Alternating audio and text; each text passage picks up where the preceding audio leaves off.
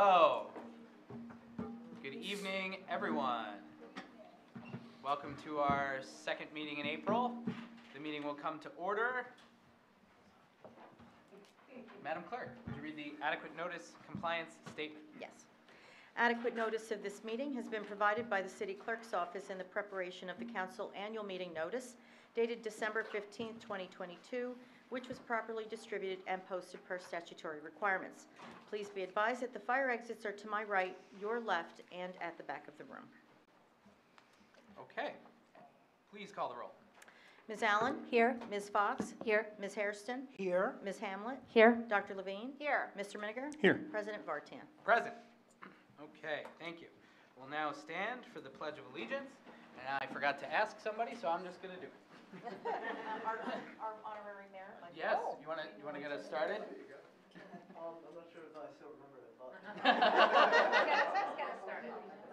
Allegiance to the flag of the United States of America and to the republic for which it stands, one nation, under God, indivisible, with liberty and justice for all. Okay. Thank you. And would you now read the explanatory notes regarding closed sessions and hearing and comments? A closed session meeting as authorized by state statute was announced and held prior to the start of this meeting, and the known items for discussion were listed on the published closed session agenda. Please be advised that council meetings are broadcast live on Comcast Channel 36 and Verizon Channel 30, and rebroadcast on Thursdays and Saturdays on HTTV on Comcast 36 and Verizon 33, and we are televising live on YouTube this evening. When invited to speak, please come to the lectern and clearly state your name and address, spell your last name, and speak into the podium microphone so that your comments can be understood by all and properly recorded. Whenever an audience or a council member reads from a prepared statement, please give or email a copy to the City Clerk's office at cityclerk@cityofsummit.org. To help facilitate an orderly meeting and to permit all to be heard, speakers are asked to limit their comments to approximately 3 minutes or so in length. Unless you are using an electronic device to follow the meeting agenda or need it for professional emergency contact purposes, please turn it off. Thank you.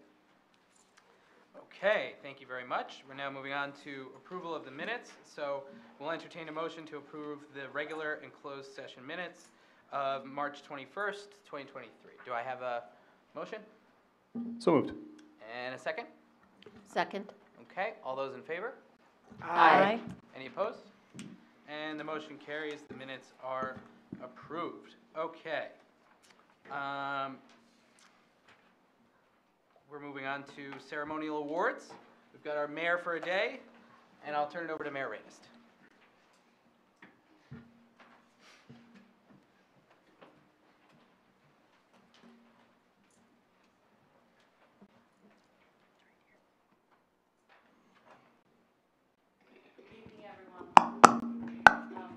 The New Jersey League of Municipalities established several years ago that we would have a local government week throughout the state, and each municipality can determine what they want to do.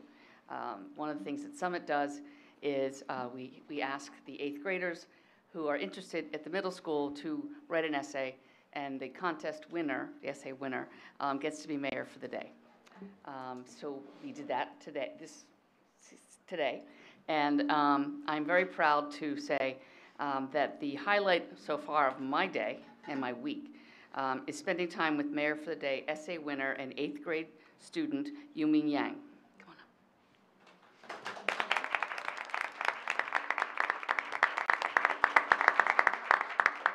We started off the day when I picked up the mayor at LCJ SMS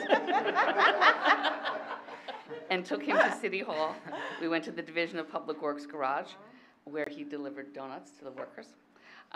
We met with Chief Evers and Deputy Chief Mbimbo and the police captain, Ryan Peters. We also spent time at lunch with our city clerk, who explained the inner workings of the city of Summit. And then he had a tour of police quarters and City Hall before returning to school. And tonight, he will be sitting with me on the dais to give an update that he worked on with the communications staff earlier today. It was a pleasure to meet Yuming, who was a very impressive young man who took his role as mayor seriously and used his platform to champion a cause that is important to him. I have no doubt that Yuming will continue to make a positive impact in our community and beyond. So thank you for joining me earlier today and for participating this evening, and I wish you all the best in your endeavors.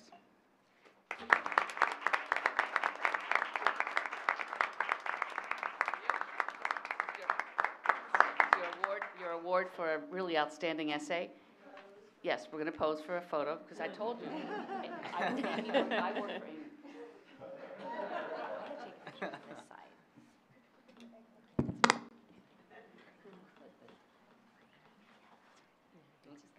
So now, without further ado, I would like to ask Yuming to read his essay. And then you can come up to the dais when you're done. Okay. But yeah, what you and Amy worked on. Thank you. Hello everyone, and this is my essay for the prompt, what would you do if you were mayor for the day? If I were given the opportunity to be mayor for the day, I would create a day dedicated to community service and multicultural celebrations. Many people sometimes forget how fortunate they are to be living in Summit, New Jersey. It has beautiful parks, a spacious library, and a great public education system. Residents of Summit are also diverse, for example, with a higher percentage of foreign-born residents. The best way to make Summit an even better place is to have more opportunities for community service and cultural representation. As a member of the Boy Scouts, I have had the greatest pleasure of doing all kinds of community service. My service ranges from packing sandwiches for the less fortunate to maintaining the infrastructure of downtown Summit. This day focuses on the same type of service, except on a much larger scale. This day would generate both community spirit and promote diversity within Summit. This plan is logistically viable for this city and would be a fun event for citizens to enjoy and learn from.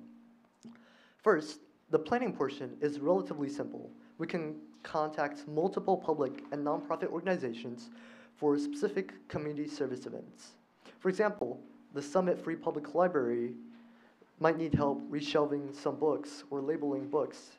Martin Brooks Park could have a trash cleanup like it does. Just keep in mind that this event needs enough variety and options to accommodate the community turnout. There could be snacks provided to incentivize people to come. For the multicultural celebrations, contacting some local members of the community and finding a location would suffice. A good start to find representatives for the night of different cultures would be to contact all parents that were in, say, the elementary and school multicultural nights. They can bring all the cultural foods they want as long as it's labeled for allergies. They can bring performers or musicians to show off parts of their culture. The city should also encourage them to bring artifacts and information about their culture like they do for Multicultural Night at their schools. A good location is the field next to the library or memorial field. After preparations, the city can start advertising. This can be done through the Summit website newsletter, a physical letter sent to all houses, or posters. Poster locations include downtown shops and also public spaces. Advertising should be a few weeks in advance to reach the maximum amount of time possible. From 8 to 12 p.m. is the community service portion of the day. If the actual community service has a physical limitation on the number of volunteers, then there should be a sign-up online through sites like signupgenius.com. Liaisons from the organizations needing the help could facilitate the service for, again, maximum efficiency. Snacks, again, could be prepared to incentivize people to work. From 4 p.m. to 8 p.m. is when the multicultural celebrations take place. Each country is given 2 tables to decorate outside. They can bring posters, artifacts, food, or anything they want to represent their culture. There could be a stage for performers, and everyone is given time to perform. The cleanup from 8 p.m. to 9 p.m. will be relatively easy, as everyone takes back whatever they brought themselves to the event. This theoretical day is what I'd create if I was mayor for the day. I really believe this can make Summit a better place in so many levels. Summit will benefit from the free community service, and residents will be more educated about different cultures. The town is already great, and this day will make it better. Thank you for listening to my essay.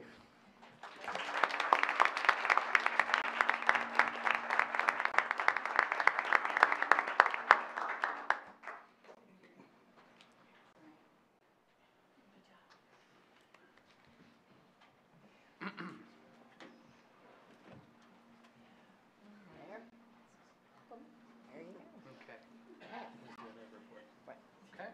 All right. Well, thank you. And now we'll turn it over to you for your report, Mr. Mayor, as well.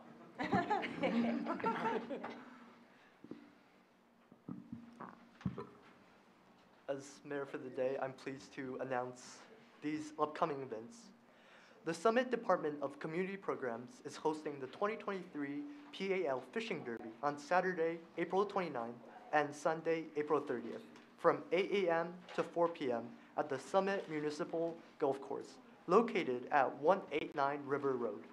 The pond at the golf course will be fully stocked with more than 1,000 rainbow trout, including 10 prize fish that are over 21 inches in length. Attendees are asked to bring a fishing cord and reel. Bait and tackle will be available for purchase. Admission to the fishing derby is free, and all residents are invited to attend. Summit Municipal Golf Course memberships are not required. The event will take place rain or shine. More information is available at summitcommunityprograms.com. The Earth Day cleanup is on Saturday, April 22nd from 9 a.m. to 12 p.m. People of all ages and abilities are invited to volunteer to help beautify city parks and open spaces. Individuals may volunteer on the day of the event at Bryant Park or Martin Brooks Park.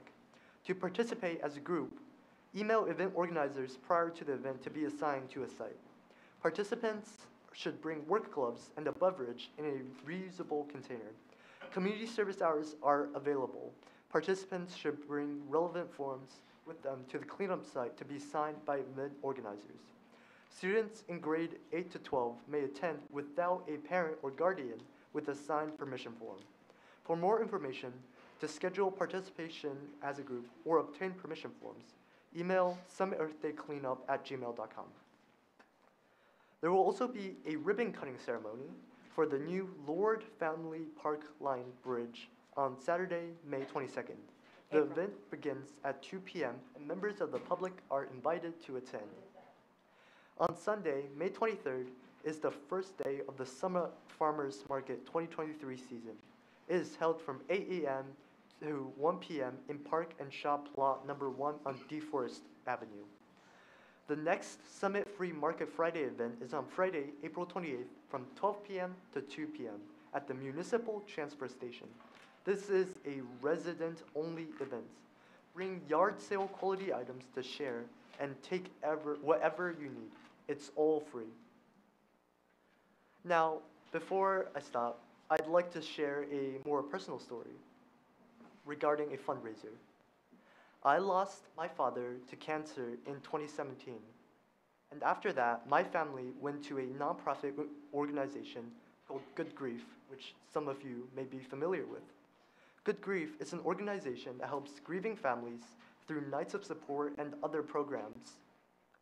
They help grieving families at no cost, meaning all their programs are dependent on donations. Their program is so important because 1 in 13 kids in America will lose either a sibling or a parent. My family created a team for their annual fundraiser /5K called Semper Fi, a Latin motto. We've been able to raise more than $50,000 combined over the last couple years. If you'd like to help us this year, there's a QR code, and also the link will be posted on the Facebook website of Summit. Thank you. Thank you very much.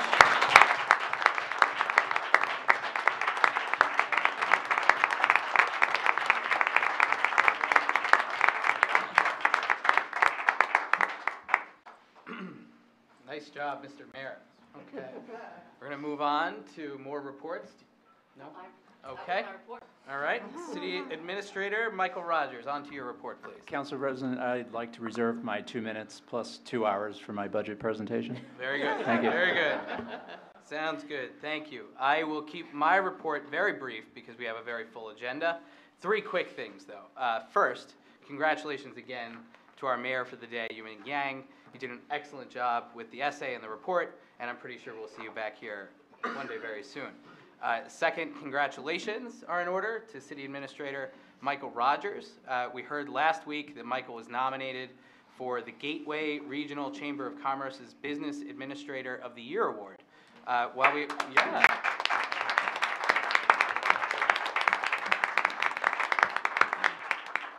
we all know how amazing Michael is, it's certainly nice to receive some recognition from outside of Summit as well.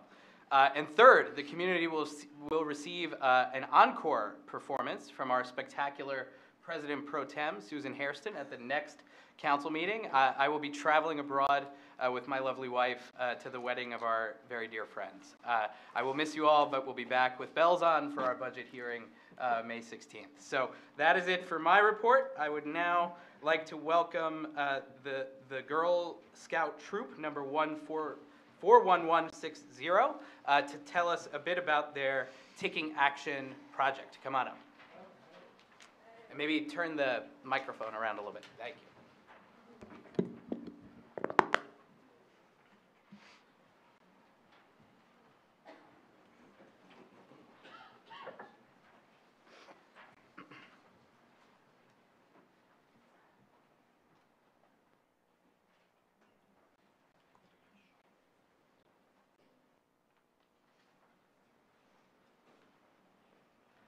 Good evening. How are you? We are Troop 41160, and we are all third grade girls from here in Summit. Well, not me, not our troop. My name is Laura Steele, Marcella Carling, and our troop has been working on a Take Action project to earn their badge since September, and they were tasked with looking around the city and around town to find an issue that they felt strongly about, to investigate the issue and to come up with a plan on how to address it. And the last piece is to present their plan to the City Council. So without further ado, Troop 41160 and their Take Action plan. Thank you. Hi. We are Troop 41160. We are here because we want to add colorful crosswalks for pedestrian safety. Lately, we have heard of pedestrian accidents happening right here in Summit. Many of these pedestrian accidents, some even including our classmates, have happened while people have been walking in the crosswalk. We are here because we want to present an idea to improve pedestrian safety in our town. In a little investigation by our troop, we saw many of the crosswalks in town have faded paint, but perhaps drivers can't see the lines of the crosswalk. We noticed when we investigated the intersection near CVS that there were no lines painted inside the crosswalks at all. After a little research, we found that the colorful crosswalks have been proven to reduce dangerous conflicts between drivers and pedestrians up to 25%. Our solution is to paint the crosswalks bright colors so that we can ensure safety for everyone. It's important that all cars see pedestrians so that pedestrians don't get hurt. Here are some examples that a troop could do.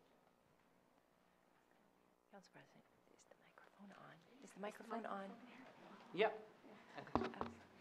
Thank you. Oh, thank you.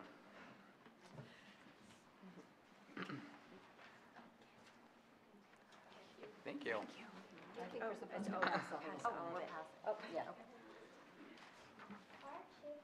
Our troop is really dedicated to helping save people's lives by getting the crosswalks painted in Summit by proposing some or all of the crosswalks are painted brighter colors. We are strongly committed to this project and are willing to donate our own money from our recent cookie sales. In addition, we have researched how other cities have created colorful crosswalks, and there are also grants available to help fund projects like this. Bloomberg Philanthropy, Asphalt Art, and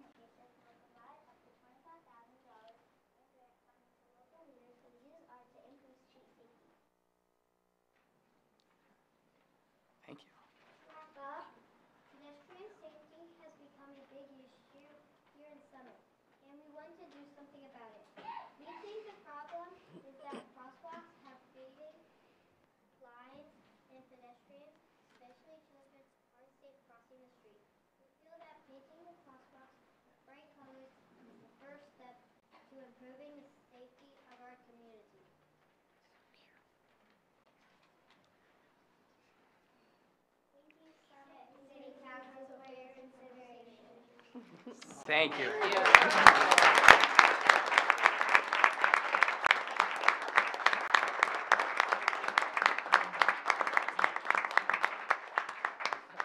Well, thank you so much to troop number 41160 for sharing your work with us and for working to make Summit a better place.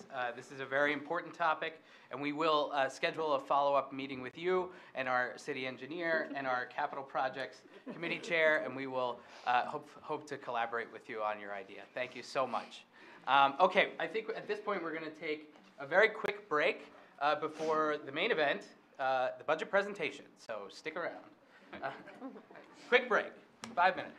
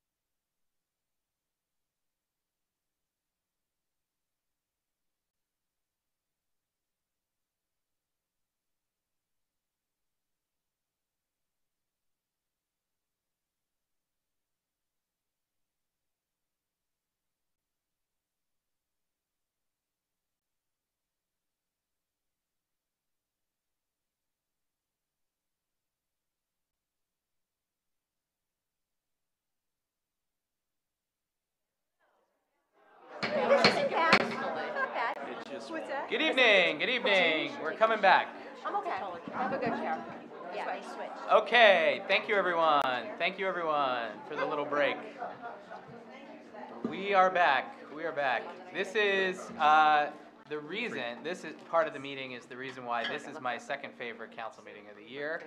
And I'm going to turn it over to our fantastic city administrator, Michael Rogers, soon to be awarded again, to walk us through our 2023 municipal operating budget. Thank you, Council President. I feel like I need to change the paint line item from that last presentation. It seems like we're going to have a lot more painting going on in the city, Aaron. So. All right, well, welcome everyone. This is the 2023 municipal budget presentation. This is my 8th that I'm going into my 9th year this year. And let's get into it and try to, okay. So this is just giving you an overview of my presentation, the topics we're going to be talking about, and so you can kind of try to keep some of this in mind, but I just thought it would be important to lay out for you of just process, just our municipal goals, very, very broad explanation. I should just tell you up front that there is a large budget document that will be posted tomorrow morning, and that will provide a great deal of much more detail that I intend to give in this presentation. This is just meant to give the council and the public a broad overview of the budget itself, but also some other topics that are important in this, to certainly the public and the tax impact, but some other points of interest. And this just gets into process, and so this process does start late August. Department heads will get into it seems like it never ends, but we probably start in earnest in the August-September period. And so I just want to take this opportunity to thank all the department heads and the chiefs, public safety chiefs, for again, all the hard work that goes into this, into creating operating and capital budgets for their respective departments. Thank you again. It's always a pleasure. This particular year was very difficult, just given what we were dealing with and some other appropriation line items and cost increases. So I commend you for all the work. And I also want to just take an opportunity to thank my staff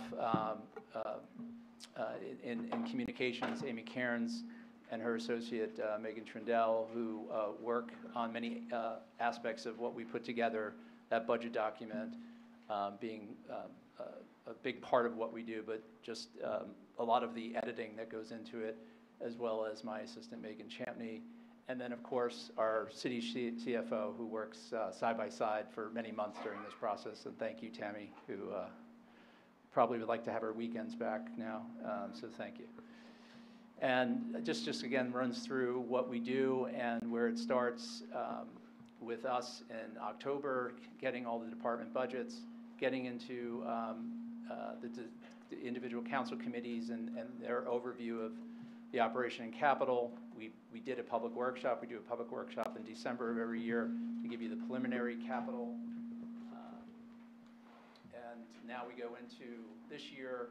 And January and February, all of the department heads come in before the Finance Committee. There's still discussions going on about the capital and the Capital Projects Committee. And then at some point, once we get through the operational budgets, budget reviews, the Finance and Capital Projects chairs and myself and the CFO get together to kind of finalize the capital budget plan. And then here we are. It's April 18th, and this is the presentation introduction. And so by law, the budget has to be out for at least 28 days for public review. And then right now we intend to have the public hearing on May 16th. And this is just, I'm going to quickly go through this. There's more detail about the goals, the strategic objectives, and key actions in the budget report, so that just take the time to review so you can better understand this. This is just dealing with financial, our municipal service, and our certain aspects of that, as well as just the communication end of what we do. And then and into certainly municipal governance and best practices, innovation culture that we try to encourage with our employees, and certainly present to the governing body, customer service, and then just our community partners and stakeholders, and then of course, and this is no particular order of importance, but just our city assets and what we do and how we need to maintain a very large infrastructure in the city. Okay, so this highlights two sides of the budget, revenue appropriation, and I'll just speak to revenue. Last year was more of a discussion. This year is more on the appropriation side. But one of the challenges we had this year was our revenue reserves that we've been using over the last several years, and it's sort of the depletion. The biggest one being the American Rescue Plan stimulus aid that we received in 2021. The total amount was $2.29 million. We received 50% in 21. And we had only budgeted about $1,075,000, I think, and we received 1.145.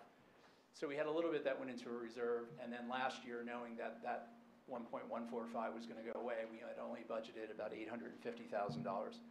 So we knew that we were going to be losing this revenue, but we did preserve over $300,000 of that. So this year we're budgeting a little over 366,000, but we still have an overall revenue loss challenge that we were dealing with 622,000. And this was just other reserve depletions. The bigger story is more on the appropriation side, and this is what I spoke about a couple meetings ago, just the three big areas, the big cost drivers in our budget in any given year. And municipal debt service is something that I've sort of been highlighting for many years.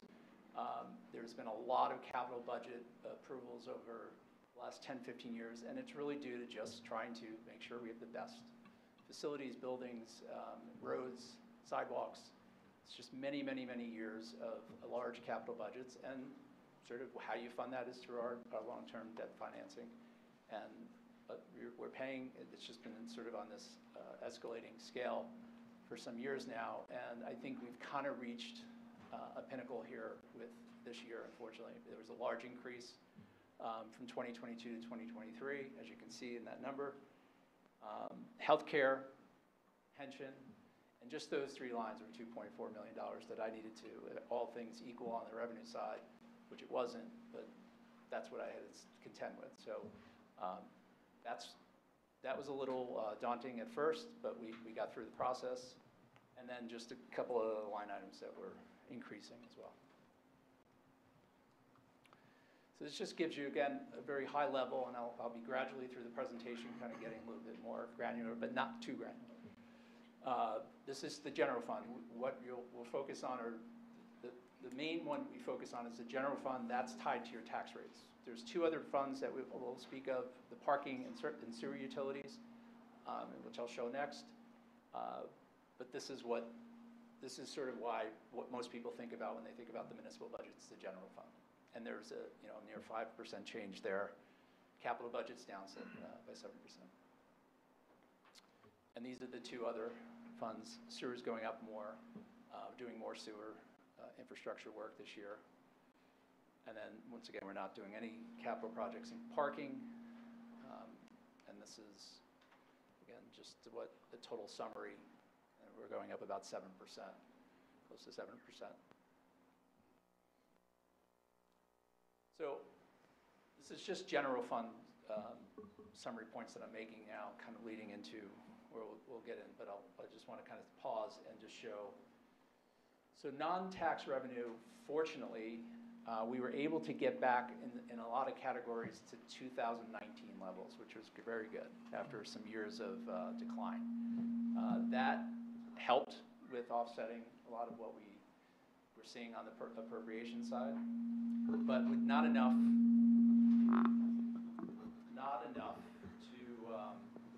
to make up the appropriation increases. So this is why we're looking at the municipal tax levy increase of a little over $1 million. And then just when we look at department, we're speaking about municipal services and departments, there's two main categories, summary and wages and other expenses.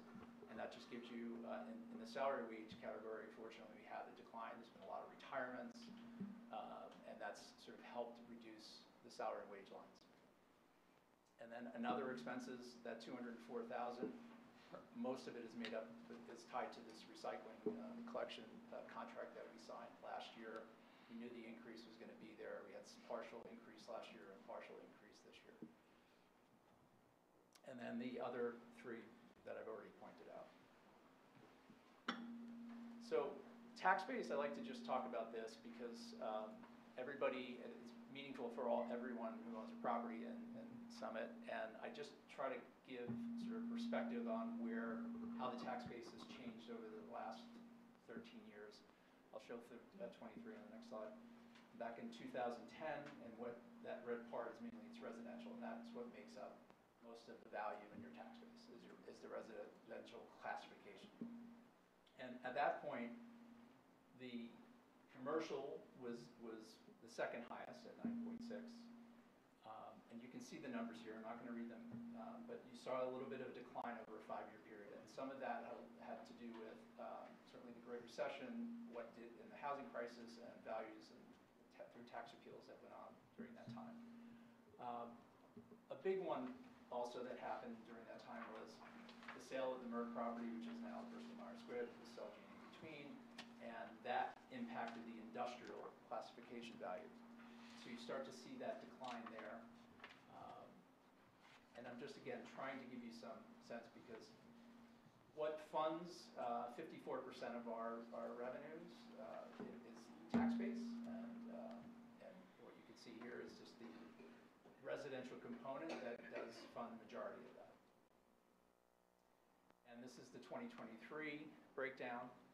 Again, the residential part has grown considerably over the years, and that was since 2010, it's almost $200 million. And what you can see in the industrial 2020, the industrial was $238 million. And now we're down to 150. So this was, again, most of that value loss was in the Bristol-Myers.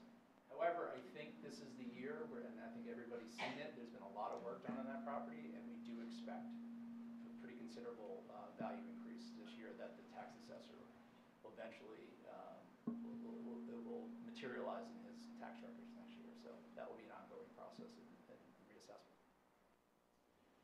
So we're now up to $3.27 billion in tax value, and this just gives you the last 5 years. And what that yellow represents is the change in the net assessed valuation. We've averaged about $28 million in increases. And what that is, that new assessed value provides new tax revenue.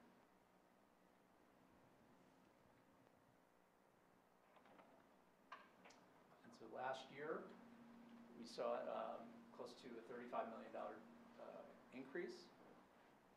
And what that ultimately result in is about $1.5 million in new tax revenue, total tax revenue, of which 314 is municipal tax revenue.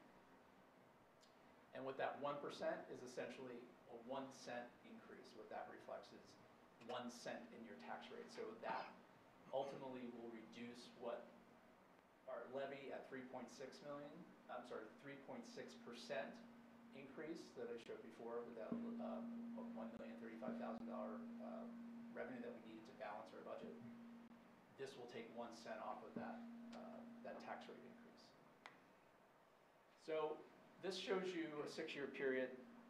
And one thing I'm going to point out, it seems like every year there's a slide where I don't catch one thing, but that percentage change really is a year over year, 22 to 2023. This just gives you some sense of what tax rates have been over the last 6 years. That last column should just, it's year over year, just for clarification.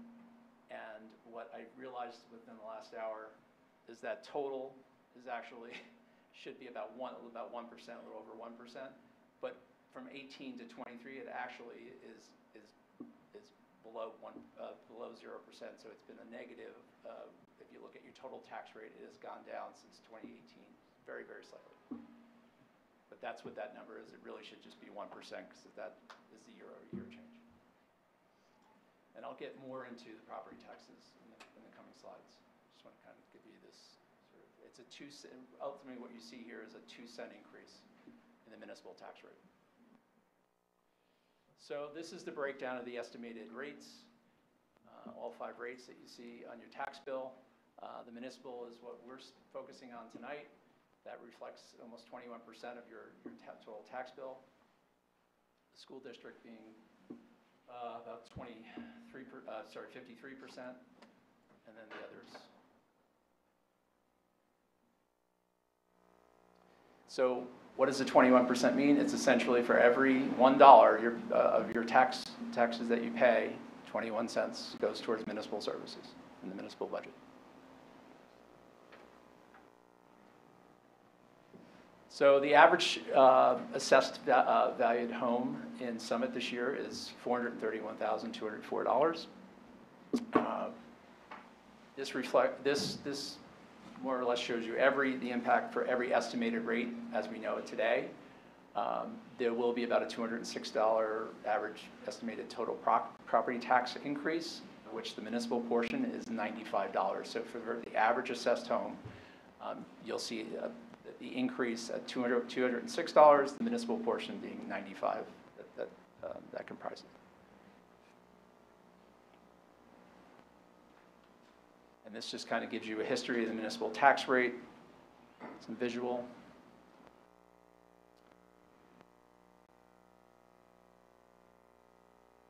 So recently I've been seeing some articles written about, this seems to happen every year, where some journalists, whoever's writing about the big story about taxes in every municipality in New Jersey. And it seems when they get to Union County, it always comes out where Summit is the highest taxes.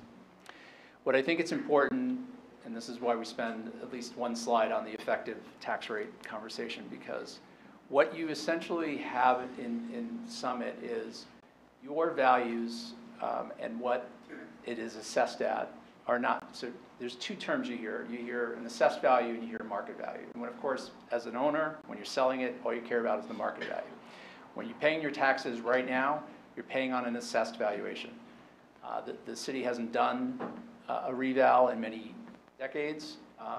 We're probably going to get ordered, probably over the next decade at some point.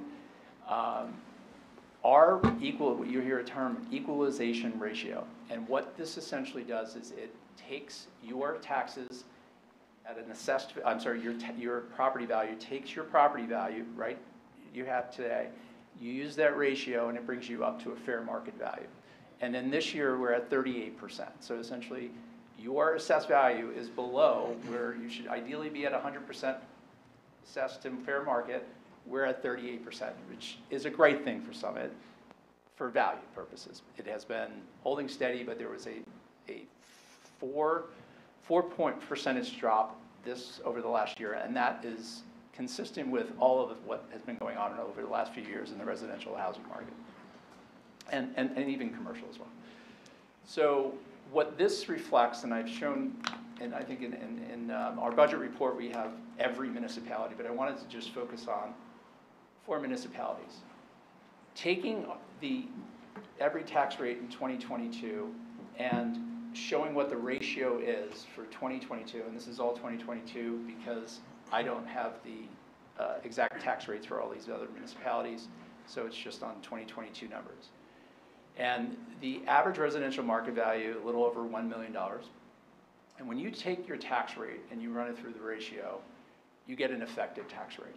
And this is just to get everybody to, when you're comparing municipalities and what you're paying in taxes, it's an apples to apples comparison.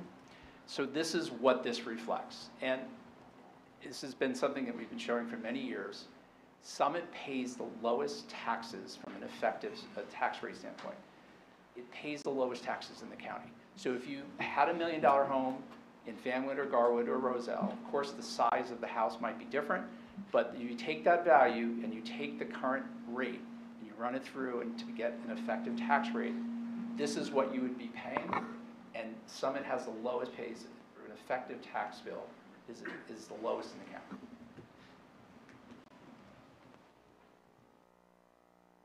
Okay, so now we're getting into the budget, general fund, not talking about sewer or parking. And this gives you all the categories in our revenue side of the budget. The fund balance, we have, at the end of last year, we had $10,040,000 in fund balance, surplus as people refer to it. We are using a little over $8 million. That's about 80%. We have a free balance of a little over $2 million, which is good. That's been sort of fluctuating between $1.7 $2 million. So we had a very good year the year before. We ended up about $9.6 million, or ended up this year at the end of 2022 at a little over $10 million. So we used a little bit more this year. Local revenues, that's where we picked up a lot and sort of regained or got to a realized level of 2019. State aid, a little bit more. That reflects energy receipt tax increases. Grants are up, and this is just all the rewards that we've received thus far, and we're showing in the budget. Our enterprise contributions, sort of a little bit down, but not bad. Prior year tax receipts, we have an amazing collection rate in Summit. We're at 99.77%. That's why that number is a little lower. The municipal tax levy, this is what we need to balance the budget, which is a little over $1 million. And then we have to show we're a type 1 school district. That's why the school debt's reflected in this budget. And the library tax levy, we're required by the state to have this show up in our budget, even though they have their own separate tax rate, and they also have their own board that approves their budget. So just going down to on the revenue side, and the two main categories of local revenues and enterprises, this just gives you the increases and decreases. Everyone's receiving more money on their bank accounts, so that's why we realized a considerable more amount last year with rates going up. Municipal court fees are up, and that's almost getting back to a level where we were on average prior to 2020. And then all the utility work and everything, when you see police officers, those are all off-duty police officers, and we receive administration fees on that work. That's what that line item is, and we'll see an increase in that number, and that anticipated revenue. Some of the decreases, unfortunately, the cable TV franchise numbers have been consistently going down. That's just the result of people cutting the cord. So those revenues continue to go down. Sell recyclables, the same thing. And then in the enterprise fund contribution category, just more general capital. We've canceled a lot of capital projects over the last couple of years. A pretty sizable reserve there to pay off debt. And then the other sewer, and then the UCC, which is its own dedicated trust. That is, even though we look, they're municipal employees, they're part of our municipal staffing numbers. They are their own funded, self-funding account, dedicated trust. So we pay their pension and for pension and healthcare increases. We just bring that over as a revenue from that trust. And then there's the other decreases that I spoke about earlier. And these are just the municipal property tax estimated numbers. A lot of money that the city takes in.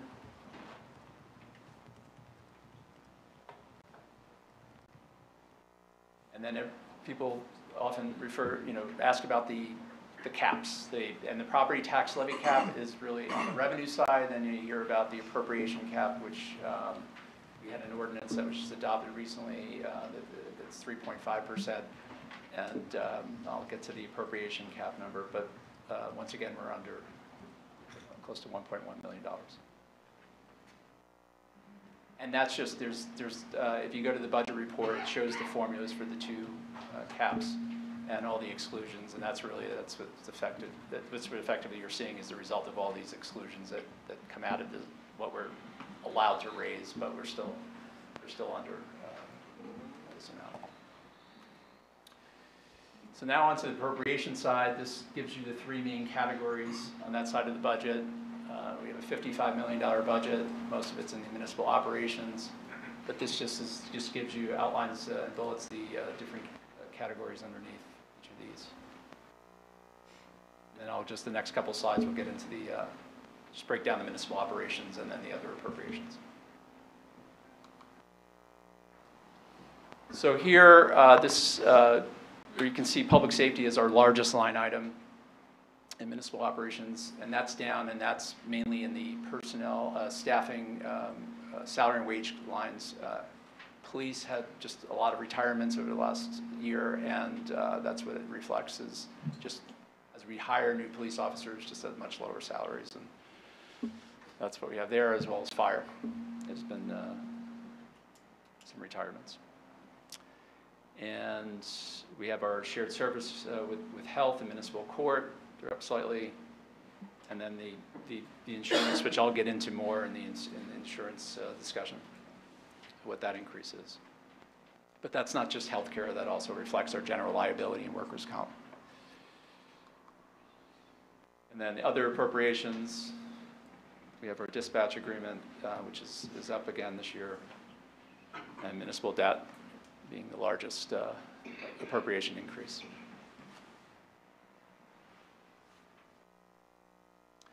And this is the appropriation caps, and it seems to be a large number every year. There's just a lot of exclusions that the law allows for, and it's almost kind of comical, this cap that we do here, but this is a requirement we have to calculate, and we are under once again.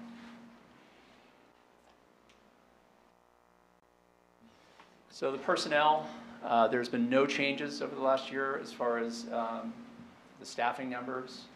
We had a little bit of a dip from 2020 to 21 when we were just not filling positions, but we're kind of up to that a little under 2020 number, but it's the same as last year.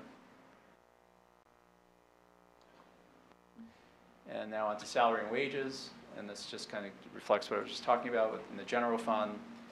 Most of that decrease year over year is in the public safety area and a little bit in the Uniform Construction Code, which is, again, the dedicated trust.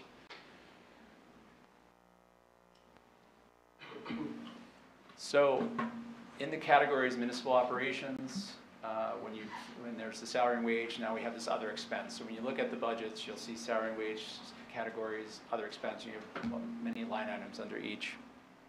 This just deals with the other expenses, and what the increase is.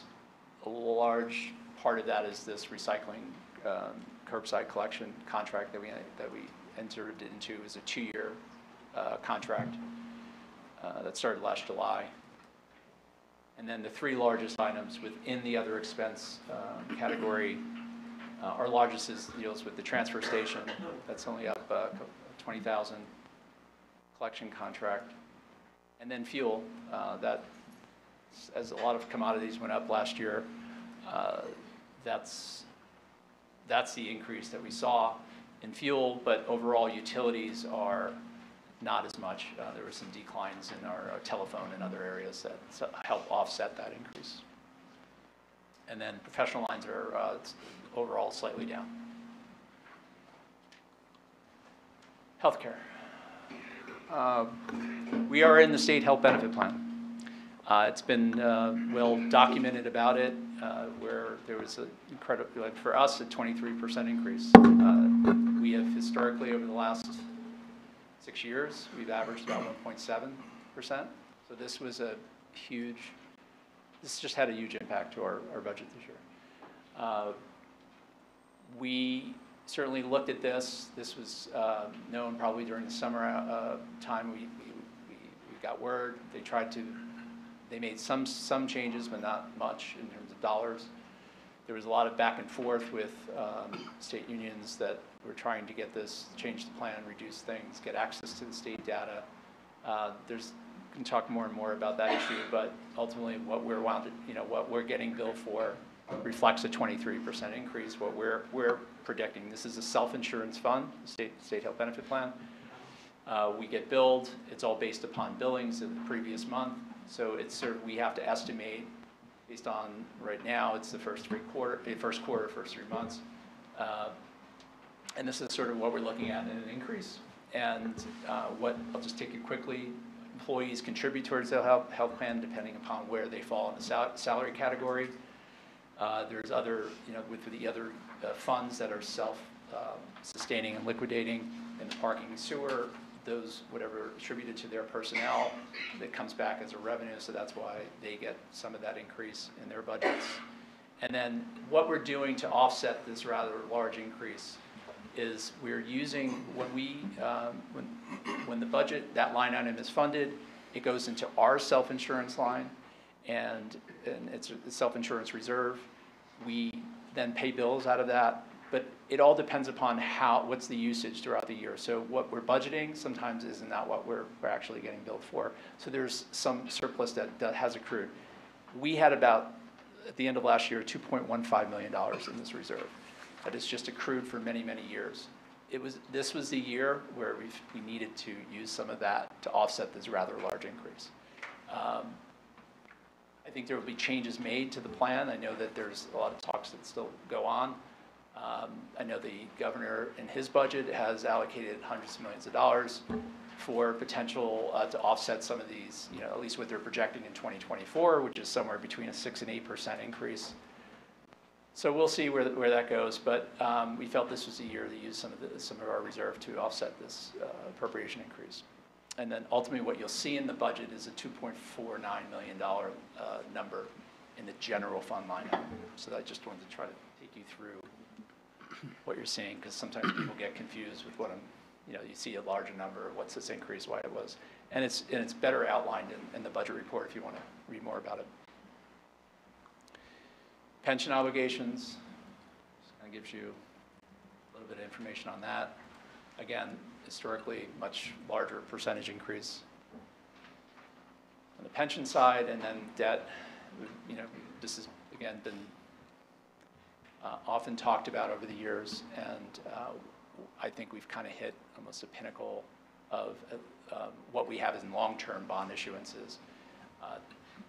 Most of it, if not all of it, is wrapped up in a long-term bond issuance. We have a small note out, but this is accounted for in this number, and this is what we're looking at this year in the pay down, and I'll get in the next slide. We'll get into the pay down and just sort of looking at it comparatively over the last since 2014. I think I have in there. We'll see it, and why we are where we are with debt service, with the capital projects budgets that have been approved.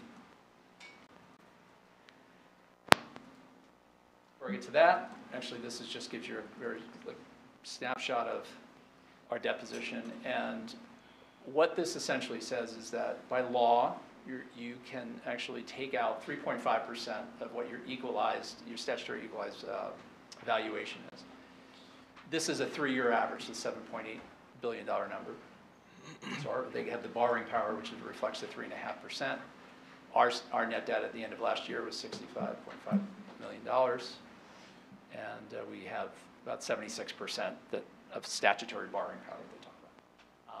But our net debt has gone down. Last year was about 0.92, and that's really just a combination of our valuation going up. Our valuation for 2022 is $8.5 billion. And then just the net debt, we paid off principal, and that's gone down. So that's why that net debt number percentage is down. So this just gives you a history of the last 10 years. And this is the lowest, and I've tried to go back as far as 2000. Yeah, 2000. This is the lowest capital budget that we are presenting in that amount of years.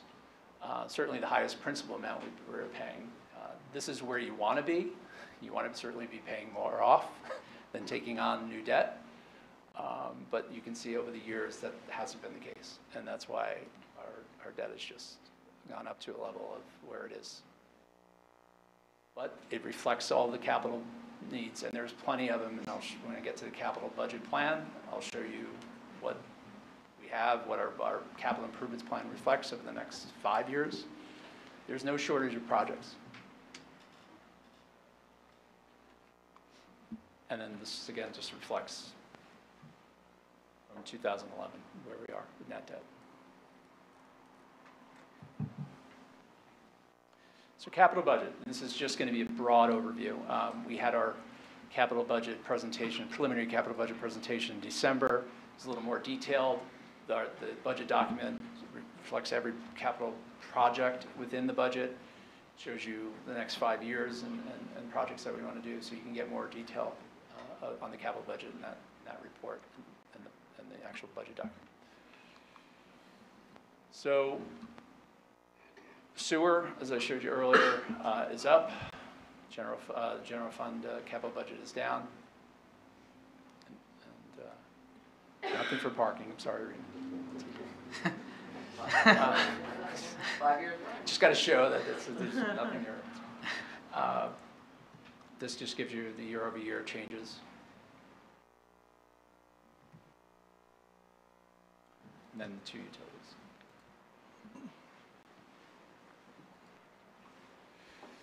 Specific to the departments, fire, and this is all mostly related to the new firehouse and just different IT, radio, furniture. There's been a big fundraising effort for some of what our needs are over there, but this is some additional needs that we have. And then the police, there's the replacement program for our police vehicles, and also our license plate recognition cameras that, Chief, I think this year, we're splitting it into 2 years, 9. Is it 9 that we're looking to purchase this year? 8 or 9, right? I thought it was 9, right? And these are positioned, this is for a geofencing concept, and this has been very helpful for the PD, given everything that has gone on the last couple of years. And now community services. This is a lean capital budget for DCS. And just break down the categories: infrastructure and some of what we're doing, road improvements, traffic and safety.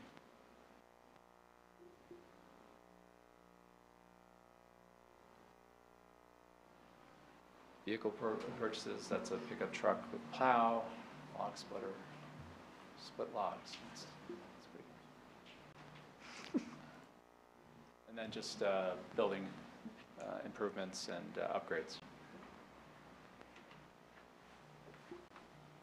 And our Department of Community Programs, and most of this is for the Navy playground. Last year we allocated $300,000. This year $300,000 again, and I think our estimates are a little over $1 million to do the project we want to do. There'll be a lot of value engineering going on there, but that's what we're asking for the project this year, and then some other project at the paddle over at Wilson Park and just normal park furnishings that we have for replacement. And then sewer utility just kind of gives you a breakdown of what's going on with their capital budget. And there's more detail, like I said, in the budget report. And this just gives you the next 5 years and some perspective. That's what the PP is, perspective projects. And it's big. And we show this. This is what we're required by law to provide a 6-year capital improvement plan. And and I show this only because of what I'm about to show you with, if we were doing these kind of budget sizes, 8 million, 7 million, and what this ultimately does to future debt service.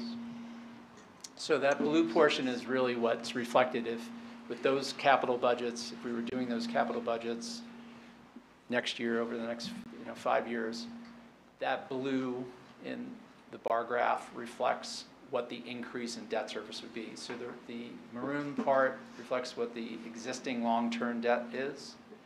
Then you add in all of those capital budget numbers I just previously showed you, and then what its impact is on future debt service payments.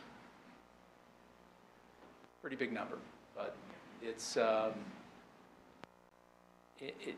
or 6 years ago, it was a much steeper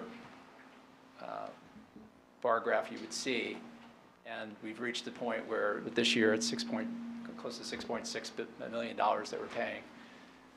But I think we've done a very good job to keep our capital budgets pretty lean over the last few years, and this is why we've been able to reduce the impact. But these projects and all the improvements don't go away. So the capital project discussions get harder and harder every year. So I think, let me just give you everything that we talked about and try to summarize, and this is what I have in this slide. And on the revenue, again, just reminding that our revenue, non-tax revenue is up $1.26 million. There's, again, three main increases, which is 92% of our total appropriation increase. The municipal tax levy, that's what we need to balance our budget. Property growth, which contributes new revenue at estimated $314,000. So of that $1 million, 314 new revenue, and then what we need to raise additionally, and that's the tax rate increase of 2 cents, which is at $720,000. And then the final point is just what that reflects for the average residential property owner and the average value, and it's a $95 increase that's tied to the municipal tax rate increase. And that is it. I hope I did that in under 2 hours.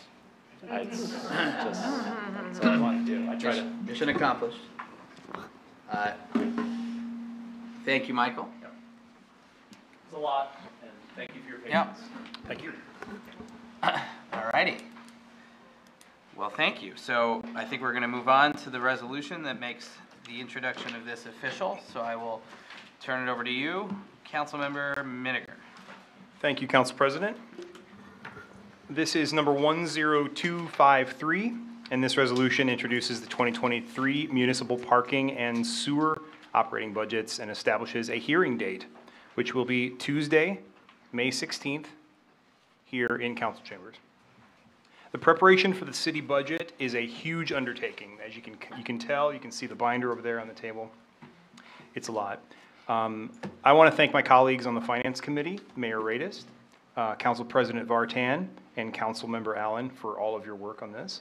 Thank you to City Administrator Michael Rogers and CFO Tammy Baldwin and everyone on the city staff. As Administrator Rogers mentioned, this was a challenging budget year for a number of reasons, and the budget that we vote to introduce tonight is the result of hours of work, discussion, creative thinking, balancing priorities, and working with limitations. So to this group of hardworking professionals, thank you all. The budget documents will be available tomorrow on the city's website, cityofsummit.org. Prior to the budget hearing on May 16th, every taxpayer in Summit will receive the budget snapshot by mail. You've received that in the past. You'll see something very similar.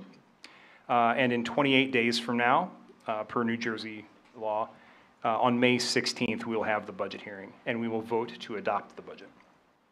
Summit's municipal budget is about 21% of your total tax bill. So while this budget document is a long read, it is well worth your time. The highlights you saw in Administrator Rogers' presentation have shown you some of those important takeaways, but I encourage you to read the entire document if you can.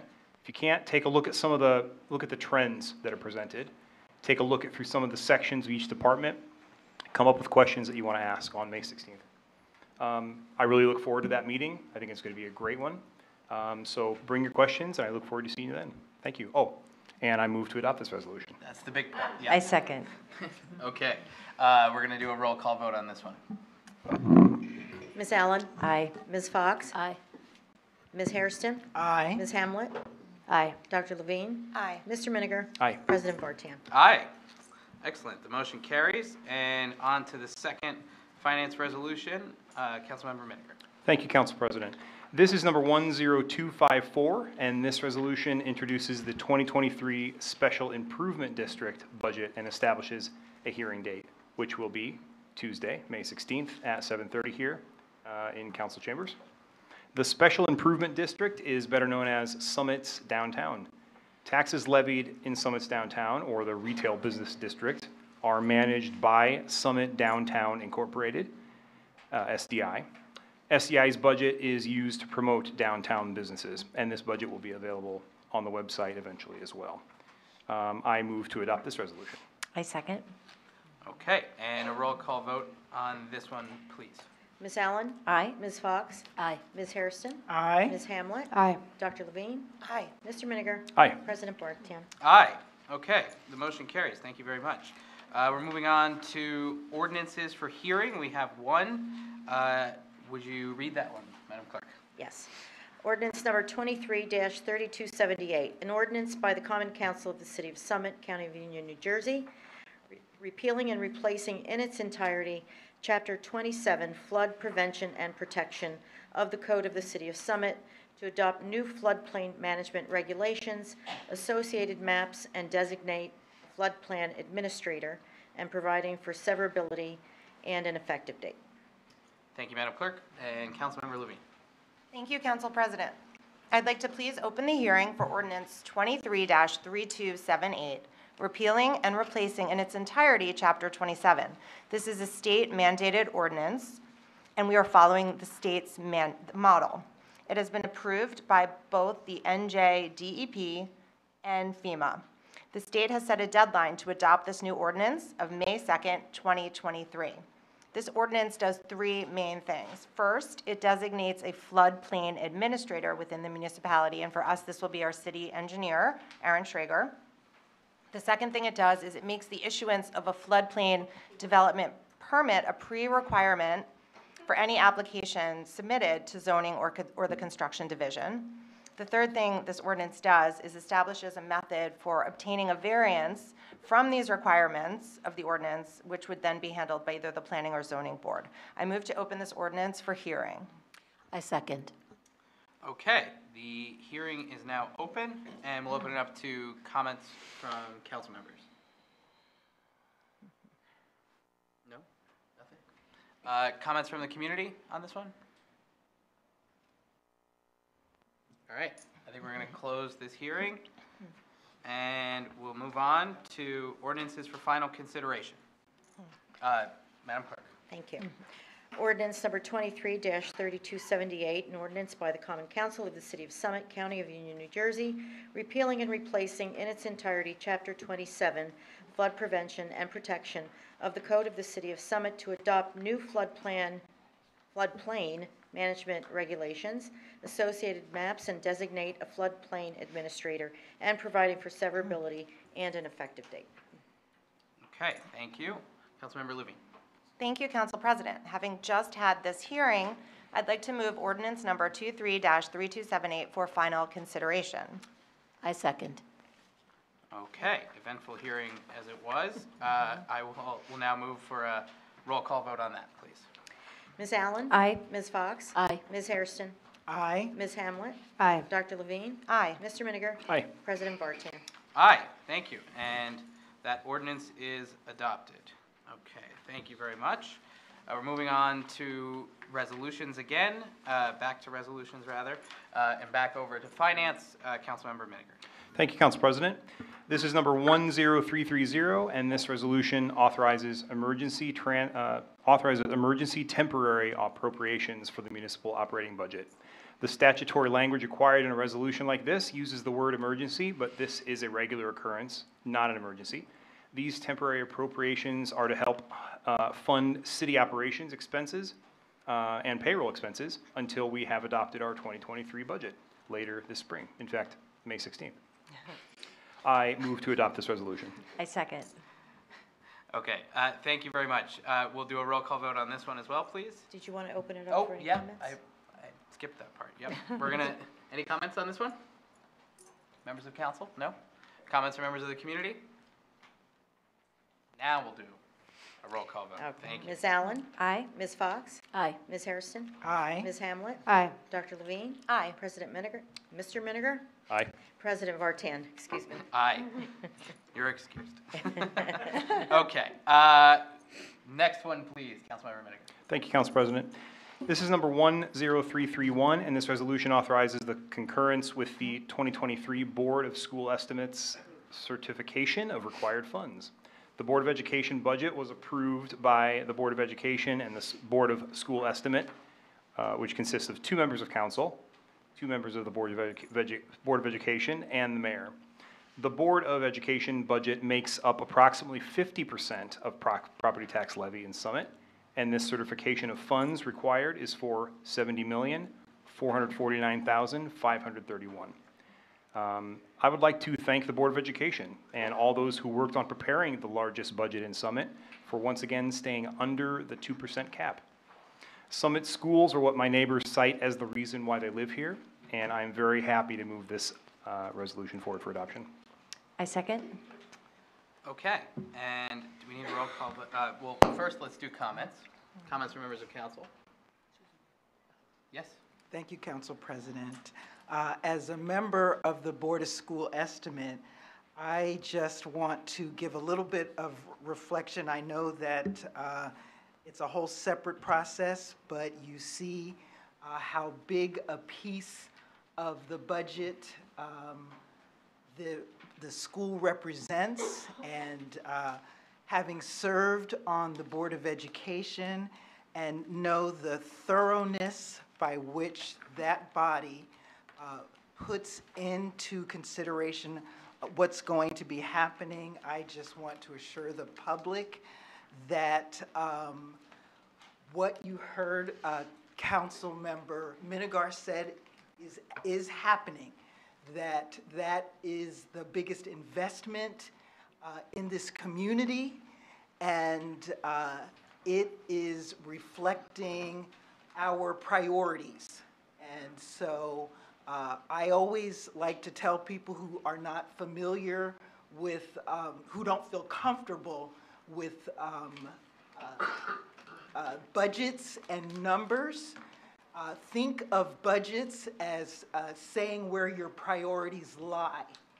And so having been a part of that process, sitting on both sides, on the Board of Education, and now as a city council member and the Board of School Estimate, with an eye towards looking out for our residents, I just want to applaud the hard work that's been done over the years and is now reflecting what the city wants, a really good school system that is prepared for the future.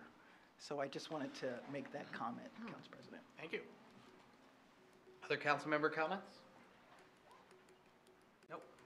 Comments from members of the community? Okay. And we do a roll call vote. It's not necessary, Oh. but if you'd like it. All right, well, let's just do, all those in favor? Aye. Any opposed? Okay, the motion carries. Thank you very much. Moving on to Law and Labor, Councilmember Hairston. Through you, Council President, I'd like to introduce resolution number 10304, which is to authorize extension of an injury leave with pay out of the Department of Community Services, and which comes from a employee who was in the Division of Public Works. And this was this was as a result of a closed session discussion where a member of the Department of Community Services had a work-related injury, and per the recommendation of the Department of Community Services and approval by our city administrator, we are granting this employee leave that is effective with pay through May 3rd, 2023. And I introduce this resolution for approval. Okay, do we have a second? Second. All right, any council member comments? Comments from members of the public? Okay, all those in favor? Aye. Any opposed? The motion carries. Okay, we're gonna skip the order a little bit, and we're gonna go to community programs and parking services. Councilmember Hamlet, would you do that one resolution, please? Thank you, Council President. This is resolution number 10318. This is a resolution to increase fines for parking violations, including overtime meter, no permit, and illegal prohibited parking. In recent weeks, several pedestrians were struck in crosswalks. Parking Services has witnessed numerous illegal parked vehicles on a daily basis. The overtime meter fine is for those that do not pay for their parking or exceed the time limit. For those that are ticketed, the $26 fine does not seem like a deterrent. Every day, parking services tickets people that park at street meters, meter feeding, taking away valuable customer parking. In addition, for prohibited parking spaces, the current fine is $40, and people continue to park illegally. The city's parking service agency has reviewed the court fines and is making the following recommendations. Overtime meter fines from $26 to $41, no permit fines from $31 to $41, prohibited parking fines from $40 to $65. Attached to this recommendation is a town fine survey. Many towns have similar fines that are being proposed. Overtime meter, for example, Berkeley Heights is at 41, New Providence is at 36, Springfield is at 44. All others range from $30 to $40 per ticket. The no permit fines vary from town to town, starting as low as $30, going as high as $55 per ticket. Prohibited fines vary from $30 to a high of $60. It is recommended to increase the prohibited parking fines dramatically in order to curtail all of the illegal parking around the downtown. I move to adopt this resolution. Nice second. Okay, thank you. Comments from members of council? I have a comment. Yes. When I first read the information, I thought these were large increases in some of the fines, but I thought what was super helpful was comparing it to other municipalities nearby. And in fact, while they're a really big leap for Summit, they're actually right on par with what other municipalities surrounding us are doing. I think they just might have gone up slowly or more frequently over time, so they're already there. So that's really, in my mind, what justified the big increase at once. Thank you, Councilman. Yeah, I just want to say, I also work downtown, and I encourage everybody, please do not double park. It is incredibly dangerous, especially near a crosswalk. So I'm happy to see that we're increasing fines. Not that we want to be punitive, but at the end of the day, safety first. So I just wanted to support that. Okay. Other council member comments? Nope. Comments from members of the public? Come on up.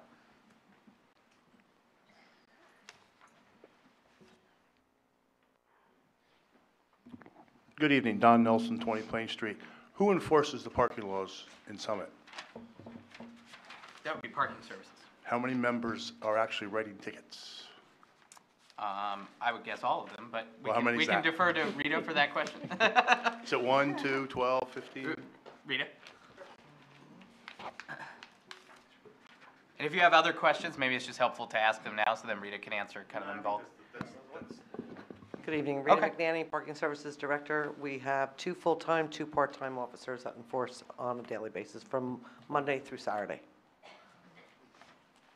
Okay. Has there been any thought of increasing the number of enforcement officers so that the parking problem gets resolved? After the fines have been issued, maybe people will learn as opposed to, continuing, circling around and not doing what needs to be done? Should I have asked that before? Well, Or is that more for the administrator or for you guys? I mean, whoever wants to take the bullet. that. Look, there's always a need for more personnel to enforce. However, technology has sort of, it increases the efficiency of personnel. So what 2 full-time or 2 part-time, which has been the case for many years, I'm sure Rita would tell you if she had her way, she'd have more. I think all of us would love more personnel. Technology is implemented to try to increase that area that they have to cover. No, I agree with you. The downside to technology is sometimes it doesn't work. And I'll give you the point, going into the city dumps. We spend a lot of money on a license plate reader, and we still have somebody manning the station, which is okay. That's fine. It's always great to talk to somebody. But I drive around town a lot, and I see cars parked, double parked. People move the no parking signs on the corners. And if you have somebody walking around town during the day, walking, not driving, but walking, train station, Union Place, Beechwood Road, Springfield Avenue, they used to do that. They would walk around. Granted, it costs money for somebody to walk around, but if we're raising the parking fees and fines, that could kind of be self-funded. Or raise it a little bit more. the ultimate goal is to get people not to park where they shouldn't park, as opposed to, we're gonna increase the fees. If you're driving a $400,000 car, a $60 fine is pocket change, Okay. right? Thank you. Thank you very Thanks. much. If I could just make a quick comment, Council President. Sure. Mr. Nelson, I will say that this is, I've learned, at least from being on council for a short time, if I could spend every day, all day on parking, I would, because it's that complex, and I hear you. Rita and and we're constantly talking about it almost every day. So If I could ask, we got to move on. I'm not here to blame anybody. No, I Rita does know, a I know. fantastic Yeah. job. I'm just thinking people Yep. is what makes Summit work. Yep. Gotcha. Thank you very much. Thank you. Thank you. Do we have another comment, public comments? Yes. Come on up. Hi, Irene Loesch at 14 Lennox Road. Can you tell me, do most of the fines get paid? Are there a lot of outstanding fines?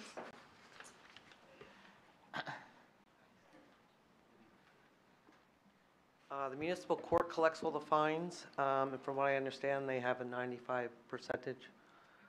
If people don't pay their fines, their driver's licenses get suspended. So there is that incentive. Do you know where the people are from who get the fines mostly?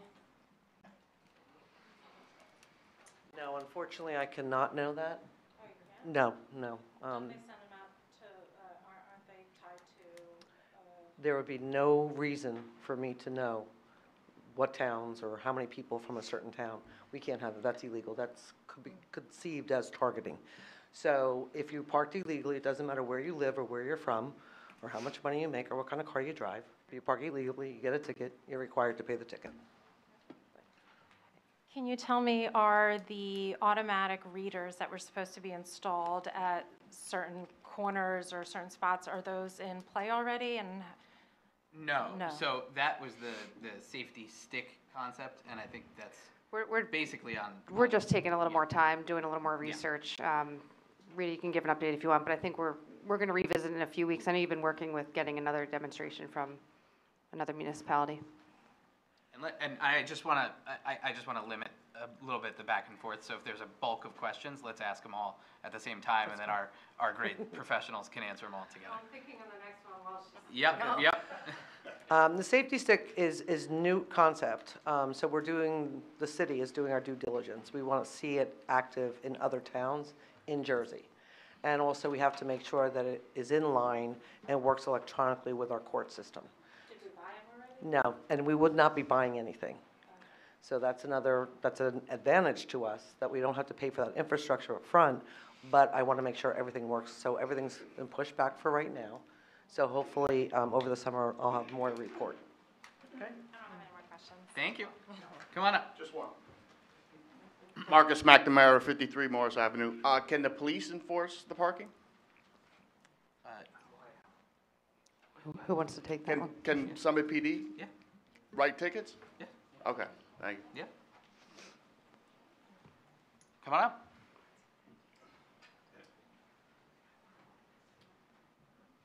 David Hoffman, 1 New England Avenue. Where should we park in Manley Court? There are no garages. Yeah. Yes. Yeah. Rita, maybe you want to take this one. So he's on New England Avenue. So we've talked about the number of spaces per, that we have on New England Avenue, similar to Bavor.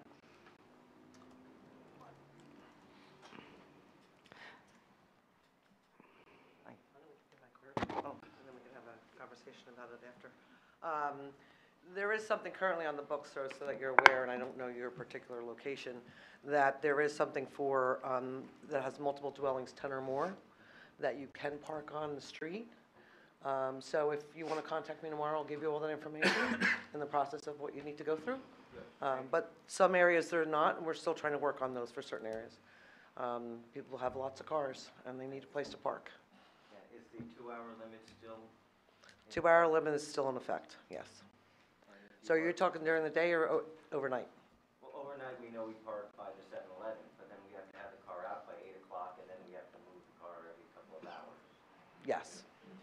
But let me talk to you tomorrow about that, okay? No, that's okay, thank you. Thank you. Thank you.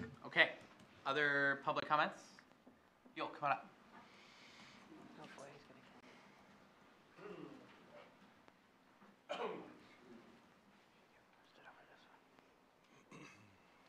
Just a quick comment. I'm Gil Oren, 45 Wallace Road, and I also have my business downtown and part owner of the building that we're in. People should understand what happened, is happening, has happened with the firehouse. The firehouse replaced 200 parking spaces. When this was a concept, I met with a city official and said, we have non-residents who are in those spaces. Where will they go? And the answer was basically they would go back to their place of origin, which made sense. They didn't. What has happened is they've been placed in the garage. At least 100, it was 171 or 125 of them ended up in the garage.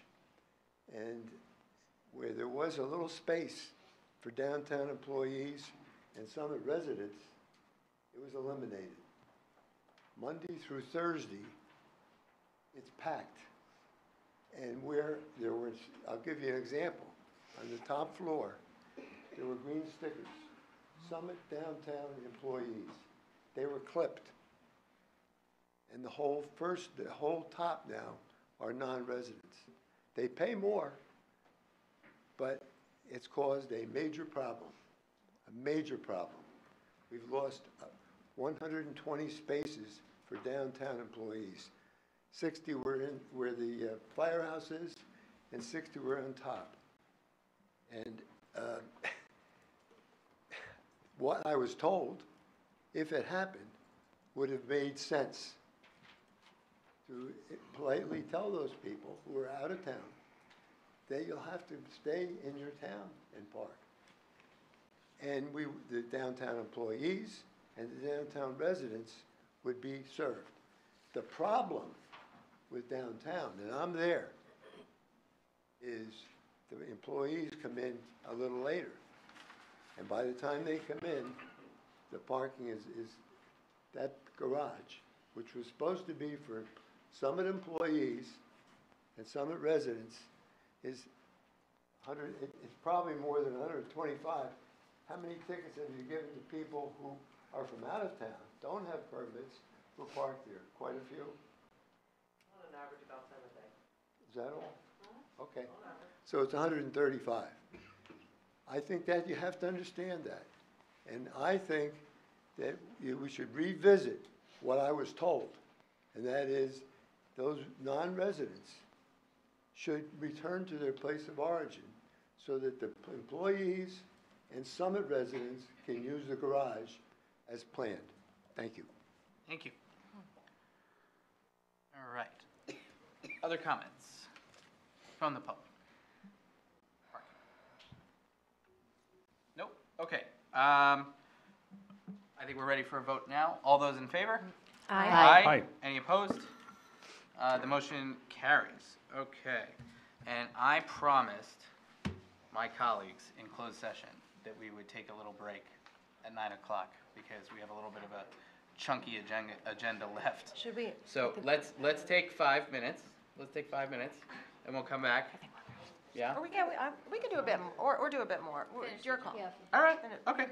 All right. We'll keep going. I like to, you know. It's on the record. When we It's promised, on the record. when we, you know. I promised before. Okay. All right. Thank you, though. Okay. Thank you. You're welcome. All right. We're moving on to capital projects and community services. Councilmember Levine. Oh, that's me. Thank you, Council President. Resolution number 10228 authorizes execution of an agreement between the City of Summit and SDI for installation, removal, and storage of over-the-street promotional banners on Springfield Avenue. City of Summit has been hanging and removing these banners since 2017, and it has gone well. The banners, SDI pays $125 to install or remove, and this contract is for 5 years. Storage of the banners, when not in use, is in the city's Public Works facility. I move to adopt this resolution. I second. Okay. Any comments from members of council? Comments from members of the community? No. All right. All those in favor? Aye. Aye. Any opposed? And that motion carries. Okay. Moving on. Number 2. Thank you, Council President. Resolution number 10335 authorizes the City of Summit to co-sponsor the dedication event of the Lord Pedestrian Bridge at the Park Line this Saturday at 3 p.m. The event coincides with Earth Day and is another way the Park Line brings our community together. We hope you can attend. I move to adopt this resolution. I second. Okay. Any comments from members of council? Comments from members of the public? Okay. Looking forward to that, for sure. All right. All those in favor? Aye. Aye. Any opposed? The motion carries. Okay. Moving on to number 3. Councilmember Levy. Thank you, Council President. Resolution number 10127 awards a bid to Riverview Paving Incorporated to complete the Rowan Road and Oak Ridge Avenue Improvement Project. The project includes repair and installation of curbs. Of note, there is a mountable curb for the narrow Rowan, which is a curb at a 45-degree angle so that one car can actually put its wheels up on it to allow for the passage of another car on that narrow road. It also includes drainage upgrades, sanitary sewer improvements, guide rail replacement, and milling and paving of Rowan, as well as Oak Ridge between Mount View and Mountain. I move to adopt this resolution. I second. All right. Comments from members of council? Comments from members of the public? All righty. All those in favor? Aye. Aye. Any opposed? The motion carries. All right. Number 4, number 10147 is being pushed from this agenda for now. And we're going to move right on to number 5. Councilmember Levy. Thank you, Council President. As discussed in closed session, resolution number 10332 declares a vacancy for a building inspector. I move to adopt this resolution. I second. Any comments from members of council? Comments from members of the public?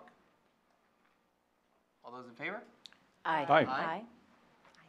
Any opposed? The motion carries. Thank you.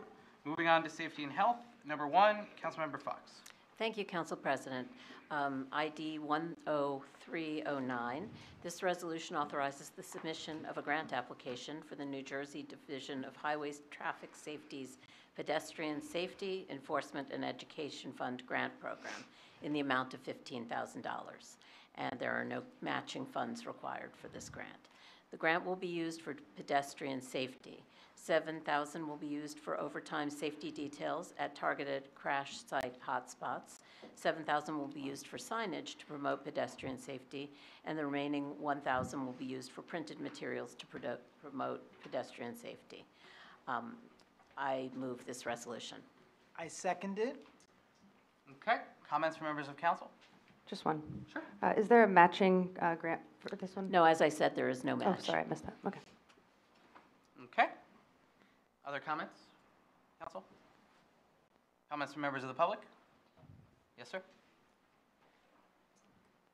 Marcus McNamara, 53 Morris Avenue. Will they be working on the pedestrian crosswalk buttons because they don't work? I think that's probably more a question for Director Traeger about pedestrian crosswalk buttons. So what I'm saying is, when you come up there and the light Well- turns green, it still stays red unless you push it. In the past, it was Where are always you, automatic. which location are you talking Right about? by Morris Avenue, or Broad Street and Summit Avenue, by the Y, by the Texaco, and right out here. So some of them if are you wa- smart, some of them are smart traffic lights and some are not. But I think it's really a question for Director Traeger because I don't know which are which. So basically what I'm saying, and I see people standing there, the light turns, they have the red thing, and they have the right of way to walk, but the light is, the crosswalk sign is red. And like, I'll yell out the window, you gotta push the button. They don't know. Yeah. Do you want to speak to that for?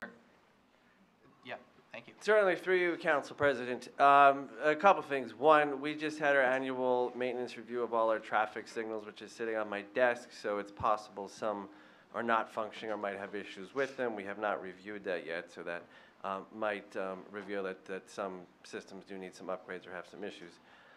Second is, what the gentleman's referring to would be pedestrian recall mode, which would be when the signal is set up so it automatically goes to the pedestrian phase, which can be implemented, and it is implemented in areas of high pedestrian traffic, but you can't have it be a little bit recall mode, only because then you have pedestrians wouldn't know that after 8 they should hit the button. So if you do make that shift, there is a impact to the overall efficiency for the traffic signal for all modes of transportation involved, including the vehicles and pedestrians alike. So we are looking at some of them.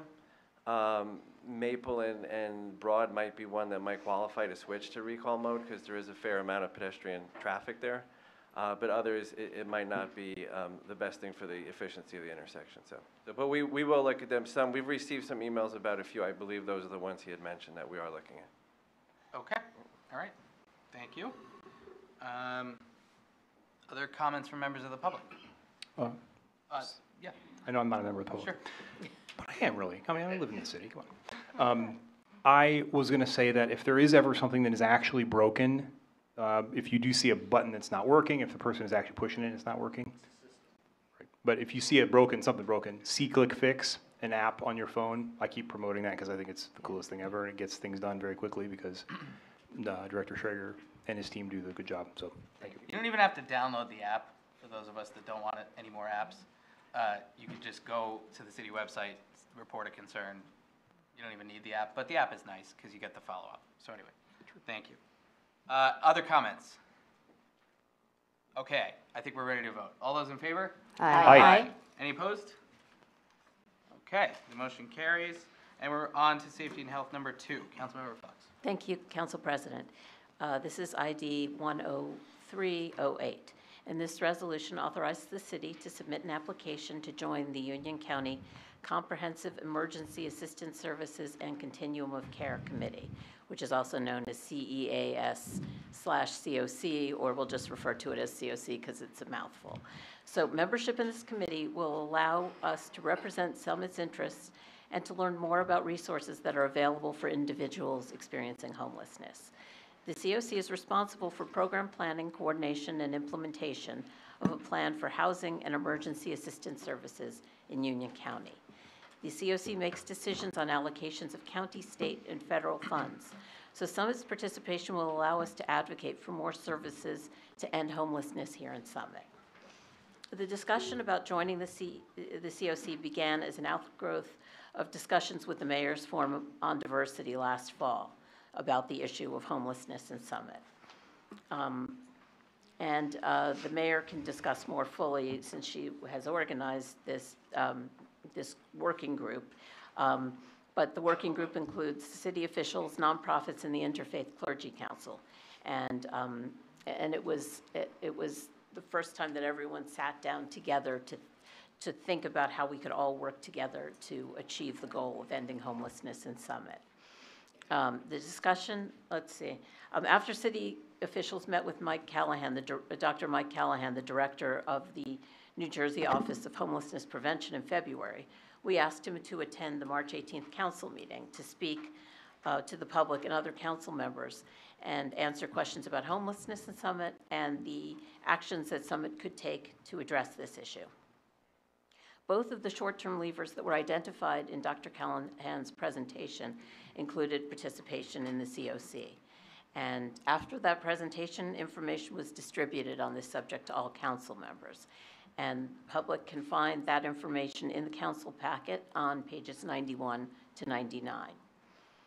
But participation in the COC does not obligate the city to take any action, spend any money, or start any new city programs.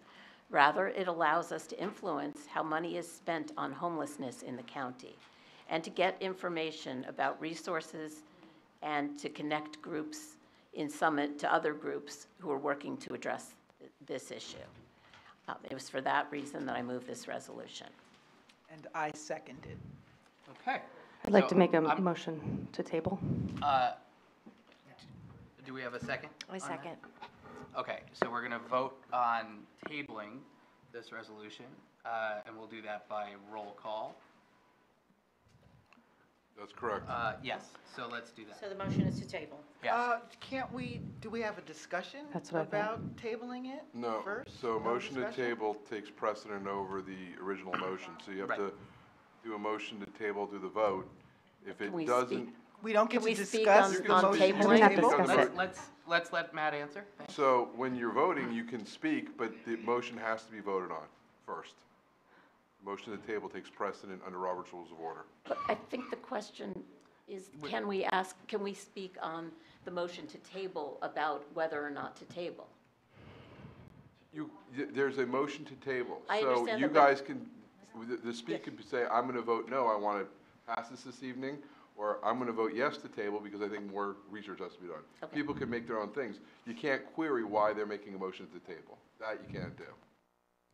So what we're going to do, what we're doing right now, right, is we're having a vote by roll call on the motion to table, right? Council President, can I ask a question just for a definition of what it means to table a vote? Table a vote means that you're going to table it and take it up at a future date. It's not a date specific, but that's something that can come up at a future meeting. Okay. So, It doesn't invalidate, it's not like a no vote. It's just a motion to table to a later date. right, okay, so we're voting now on a motion to table, correct? Okay, so let's do that. Okay.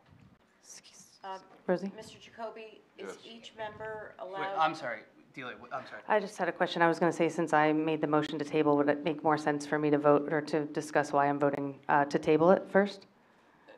No. Otherwise, I would- nobody has any I- idea I- why we're tabling it. I think you should do the roll call as you normally would, and if people want to make comments why they're voting one way or the other, that would be appropriate. At the time that they're Yes. stating their vote? Right, so you call them in the normal order that you normally call them. Ms. Allen? Yes, to table. You have a Aye. comment? Okay. Oh, Is that when she comments? Yes, you can comment now, absolutely. okay, so, I'm sorry, are we going to have a full discussion with the public, though? If the motion is tabled, Right, there's nothing to consider. It's not on this agenda.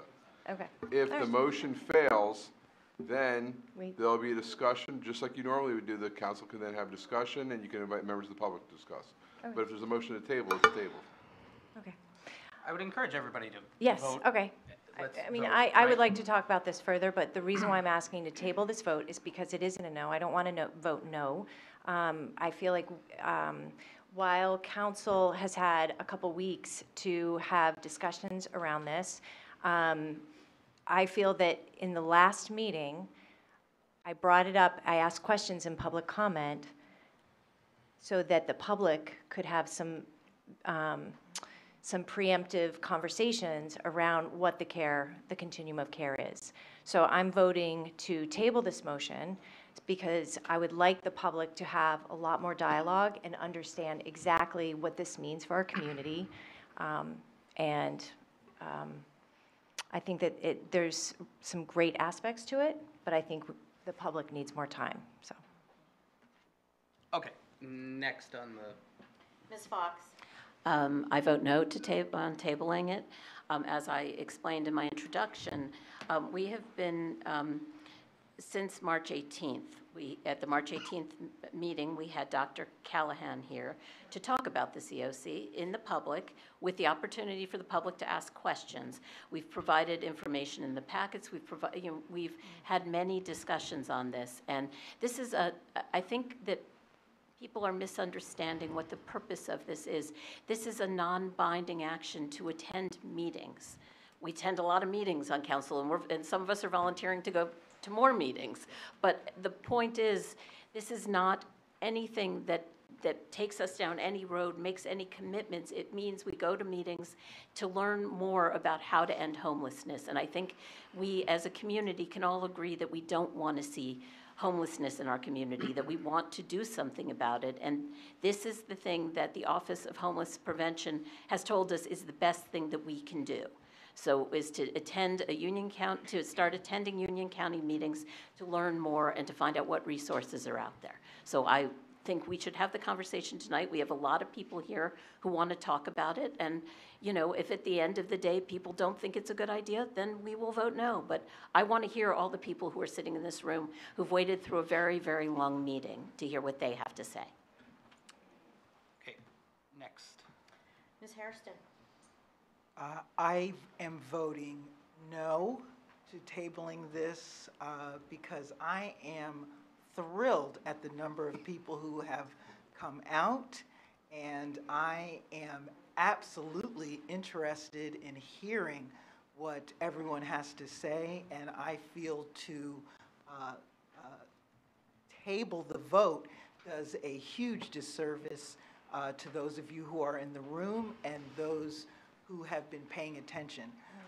And so for that reason, I vote no. Ms. Hamblin? So I would like to vote yes to table it, and I was under the impression that a vote yes to table also meant that all of you who have spent so much time coming out tonight would also get to articulate your feedback for the continuum of care. That was the advice that I was given earlier today, that a vote to table yes would also, of course, include all of you who have come out on this evening. I'd like to take a moment to explain why I think it's crucial to table this motion in order to give all of you, the public, and all of my colleagues more time to research and discuss. First and foremost, it's absolutely a priority of mine to address the homeless issue in Summit, New Jersey. I spent a good amount of my life helping veterans, helping soldiers, and also focusing on businesses that prioritize mental health. It's certainly a priority of mine. When issues become major issues in town, such as Broad Street West, Maple Street, continuum of care, these are issues that every resident cares about. And we need to make sure we get this right. There is no reason to rush this. We need to be even more deliberative when bringing the higher authorities of county, state, and federal government into Summit, New Jersey. We also need to make sure we advocate for public dialogue and engagement. All of you matter. If I had to take a bet, we probably agree more than we disagree. All of us were elected by the resident taxpayers of the city of Summit. We do not rely on outside interests of builders, developers, consultants, county, state, or federal government. We owe it to the residents to make sure we are fully educated and the issues are fully vetted before voting. In turn, it is our duty to make sure the voters on major town issues are also educated and fully involved in the conversations. Deliberation needs to happen up here, and it needs to happen out there. Just because we table something doesn't mean there isn't support or anyone has failed. In fact, just this week, President Vartan asked me to remove 10 ordinances for parking. And I said, wow, I think that's actually a really great idea. I need to do some more work on this. We just weren't ready for it. I learned about the COC at the last meeting. I'm learning and educating myself with all of you. I did attend the Mayor's Diversity Conference in November prior to taking the oath of office. Other than that, I'm learning with all of you. I just want to take a quick minute or two to walk you through my journey in educating myself on the COC since Dr. Callahan spoke. After Dr. Callahan's presentation that was shown to the public, I had the opportunity, along with another councilwoman who had just heard the information as well, to speak with Dr. Callahan. It was a great conversation. Although I learned plenty about the COC, I still left with many questions. Looking back, I think that's pretty normal. This is a very complex issue.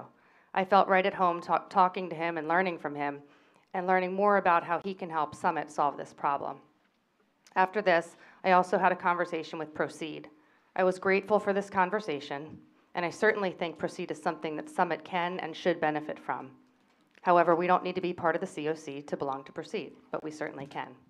I was then asked by our council president to forward any questions I may have so that he can compile them and send them to Union County. Anyone who has spent more than 5 minutes with me knows that I have to ask my own questions. I have to do my own research. I'm curious, and I have always found that asking questions is the best way to comprehend something. I then wanted to start my journey on learning about the COC as I used to back at that podium or sitting in that audience like all of you are doing right now. I found that the Union County website was challenging. In fact, if most of you look it up right now, A lot of the site says it doesn't exist. As a resident, it's just difficult to learn about this topic in a couple of weeks. I was finally able to speak to Ms. Topolowski, who's in charge of the COC at Union County, yesterday at 4 p.m. She is responsible for the COC. She's certainly a wealth of knowledge. She's been doing this for over 20 years. The facts are that Union County is still working on the coordinated entry process. This is evident when you visit the website, and Union County is still at the earlier stages of COC development in comparison to some other counties. With that being said, wonderful things seem to be coming together for Union County. We have mentioned that we are joining the COC for 3 reasons. You'll hear them over and over again. We need a seat at the table, we need the homeless management information system, and we need to be at the May 18th meeting. I'd like to think about some other options. I mentioned to Ms. Topolowski from Union County that our community is recovering from some difficult times, and I wouldn't want to rush into another decision that the community desired to learn more about. Maybe some people couldn't come tonight. I asked if we could attend the May 18th meeting without putting in an application. She was absolutely amenable to this. In regards to the homeless management information system, what I would like everybody to understand is just because we join the COC, we won't get the HMIS. We will get the HMIS, the Homeless Management Information System, if we apply for funding. That is simply a fact.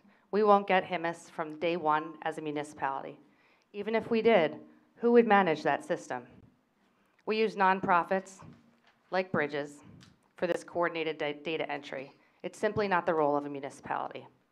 Today, I spoke with Rich from Bridges, as well as the director of the Morris County COC. I prepared more tonight than I think I did for any college exam. Rich, thank you. You are a true professional, and I thank you for your service. I was inspired and humbled at what you did today, and it made me even more inspired to take our time through this process and get it right. In closing, I absolutely think we need to help the homeless. However, this is starting to feel a lot like Broad Street West. Let's slow this down, have a community meeting, talk some more, get our faith-based community, our nonprofits involved, and just slow it down a little bit. Thank you. Okay, next.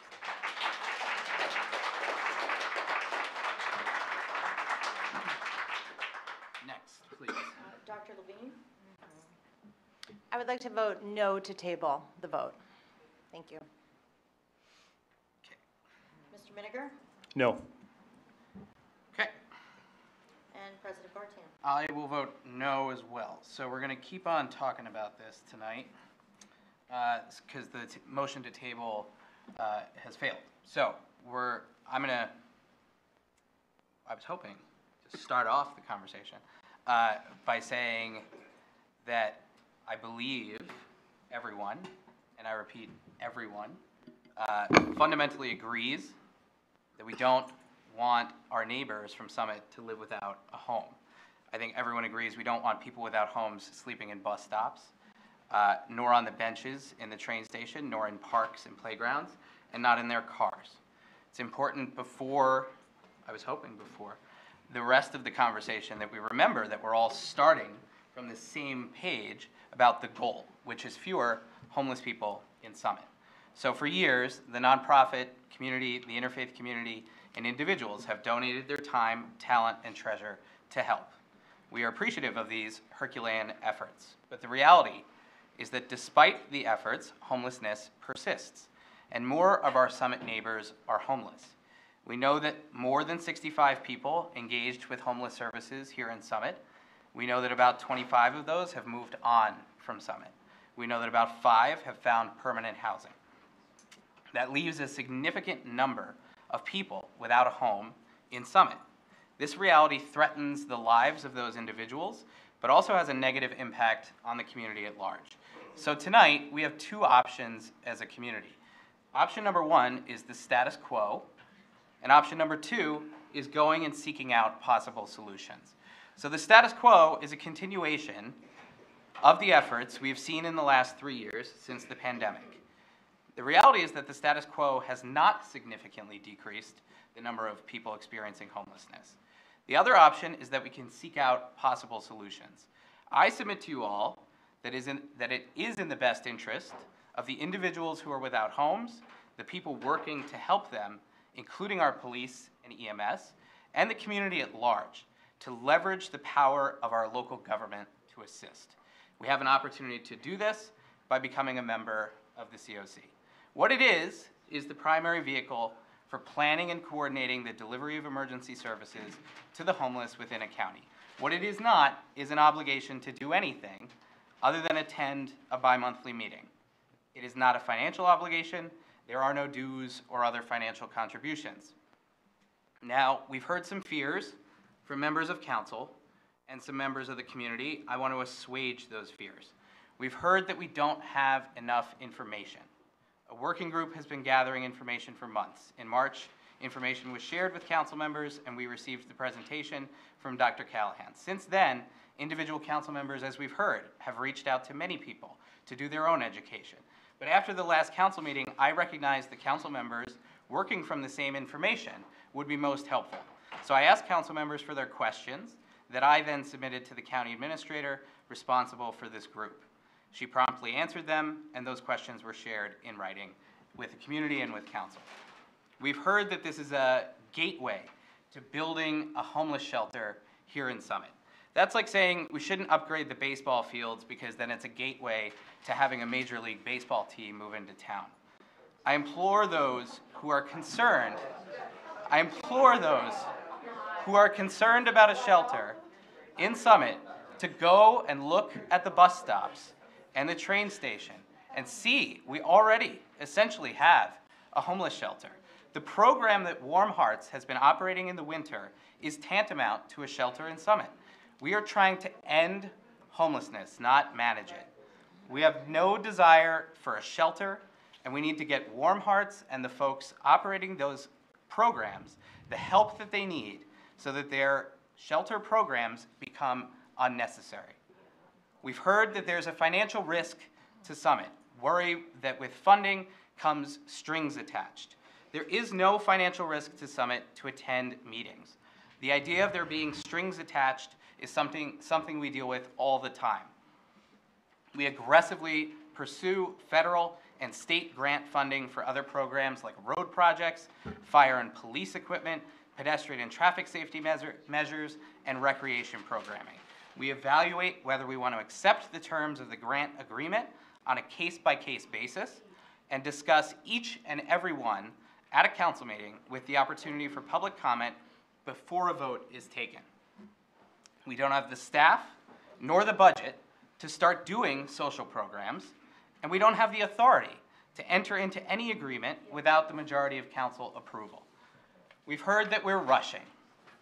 That's subjective. And to those that feel that way, I'm sorry we disagree.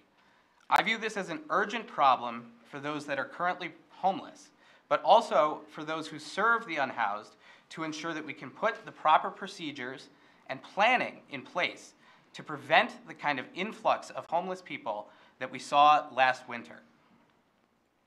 We've heard concern that it's become partisan. That is deeply disappointing to me. It was not my intention. I don't believe this is a problem to which there's a partisan solution. I was originally thinking that the alternate council member we listed on the application should be Marjorie Fox because she's chair of the Safety and Health Committee. But because we don't have anything to hide and because we believe that this is important, Marjorie agreed to allow Lisa Allen to fill in that seat in that alternate position instead. I have said to Lisa many times, I hope that she will come with me to the next meeting and participate with me. We've heard that no other towns like Summit are participating, so why should we? Summit is unique, partially because of our enclosed train station, partially because of the hospital, partially because the service is being provided here. But at the end of the day, homeless people are in Summit for the same reason the rest of us are in Summit.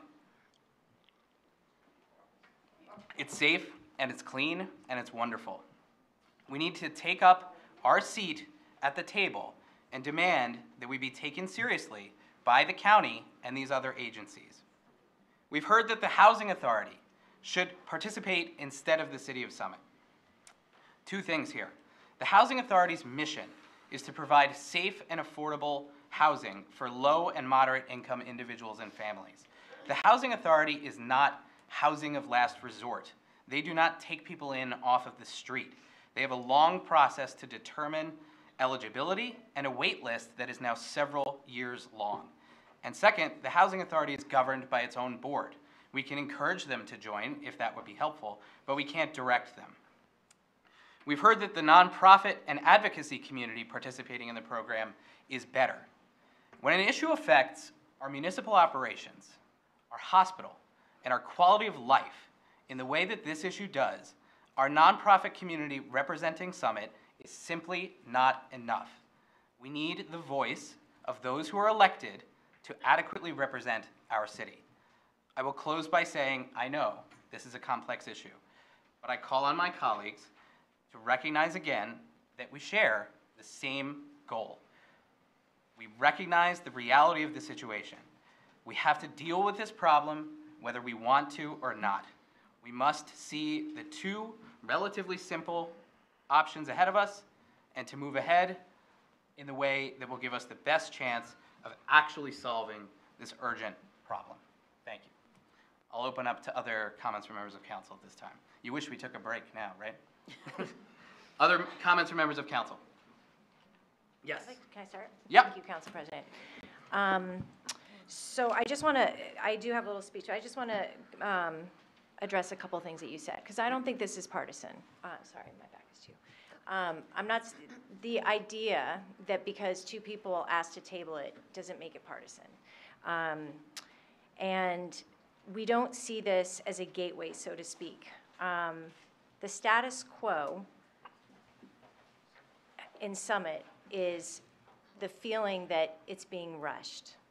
That's the status quo to me.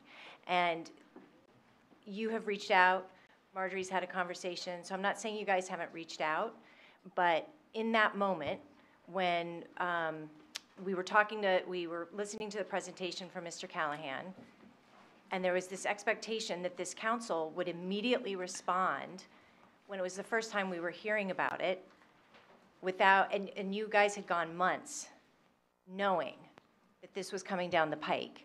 So I'm just going to give you my little speech first. So, of course, my last name starts with A, so I always end up giving speeches first, and I had to follow all of you. But this is not partisan. This is not about showmanship. This is about our community and making good decisions that are good for everybody.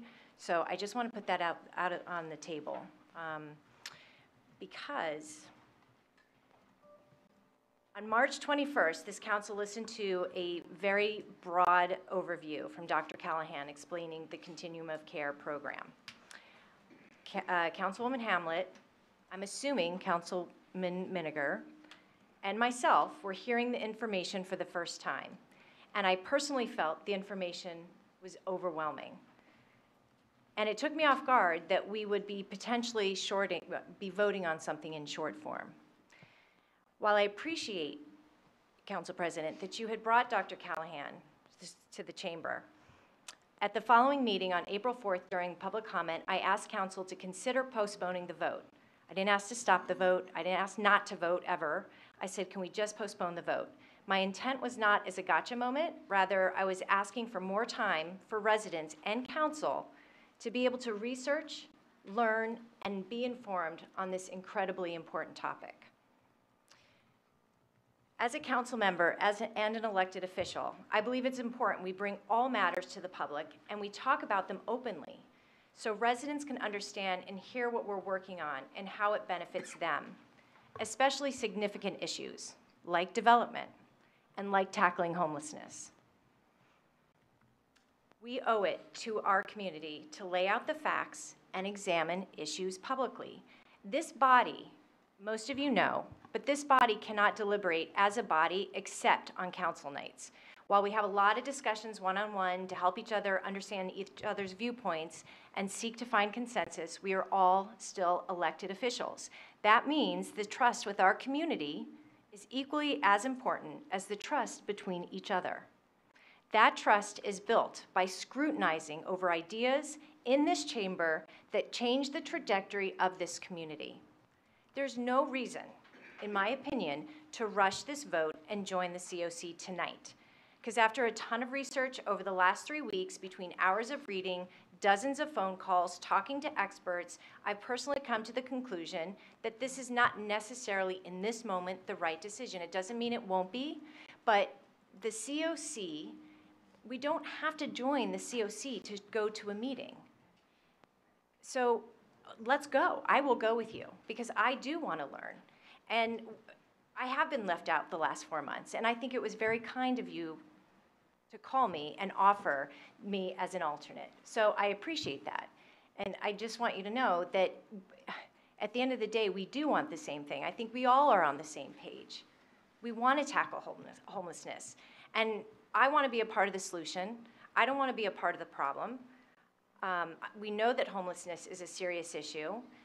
And under this council, over the last year, we have seen an incredible spike. Our neighbors don't have the same similar spike in homelessness as we do. So I'm going to hearken Simon Sinek, who says, what is the why? Why do we have this spike in homelessness, right? What are we doing in Summit that has prompted this increase over neighboring towns? And without exploring the why, I simply do not believe that we have enough facts tonight supporting the need to apply to become a COC member when we can do things without being a member. We can go to the meetings. We can't participate in HIMIS unless we want to take out funding. I've read emails from people who have said, you know what, we need to join the COC because we need funding. They don't even understand it. So if we're at a place where our community understands this, then we're still receiving information that's incorrect, and we haven't wrapped our arms around it yet. I do see our role on council as one that helps our community. We take care of each other, and we're elected by our residents to make decisions that make lives better, to protect them, to ensure our tax dollars are spent prudently. We need a good police force to keep us safe. We need to ensure our roads are paved, ensure our sewers and storm drains work and do not flood. We need to fund a good school system and efficiently run City Hall and have productive relationships with our nonprofits who provide outreach to the community to help those in need.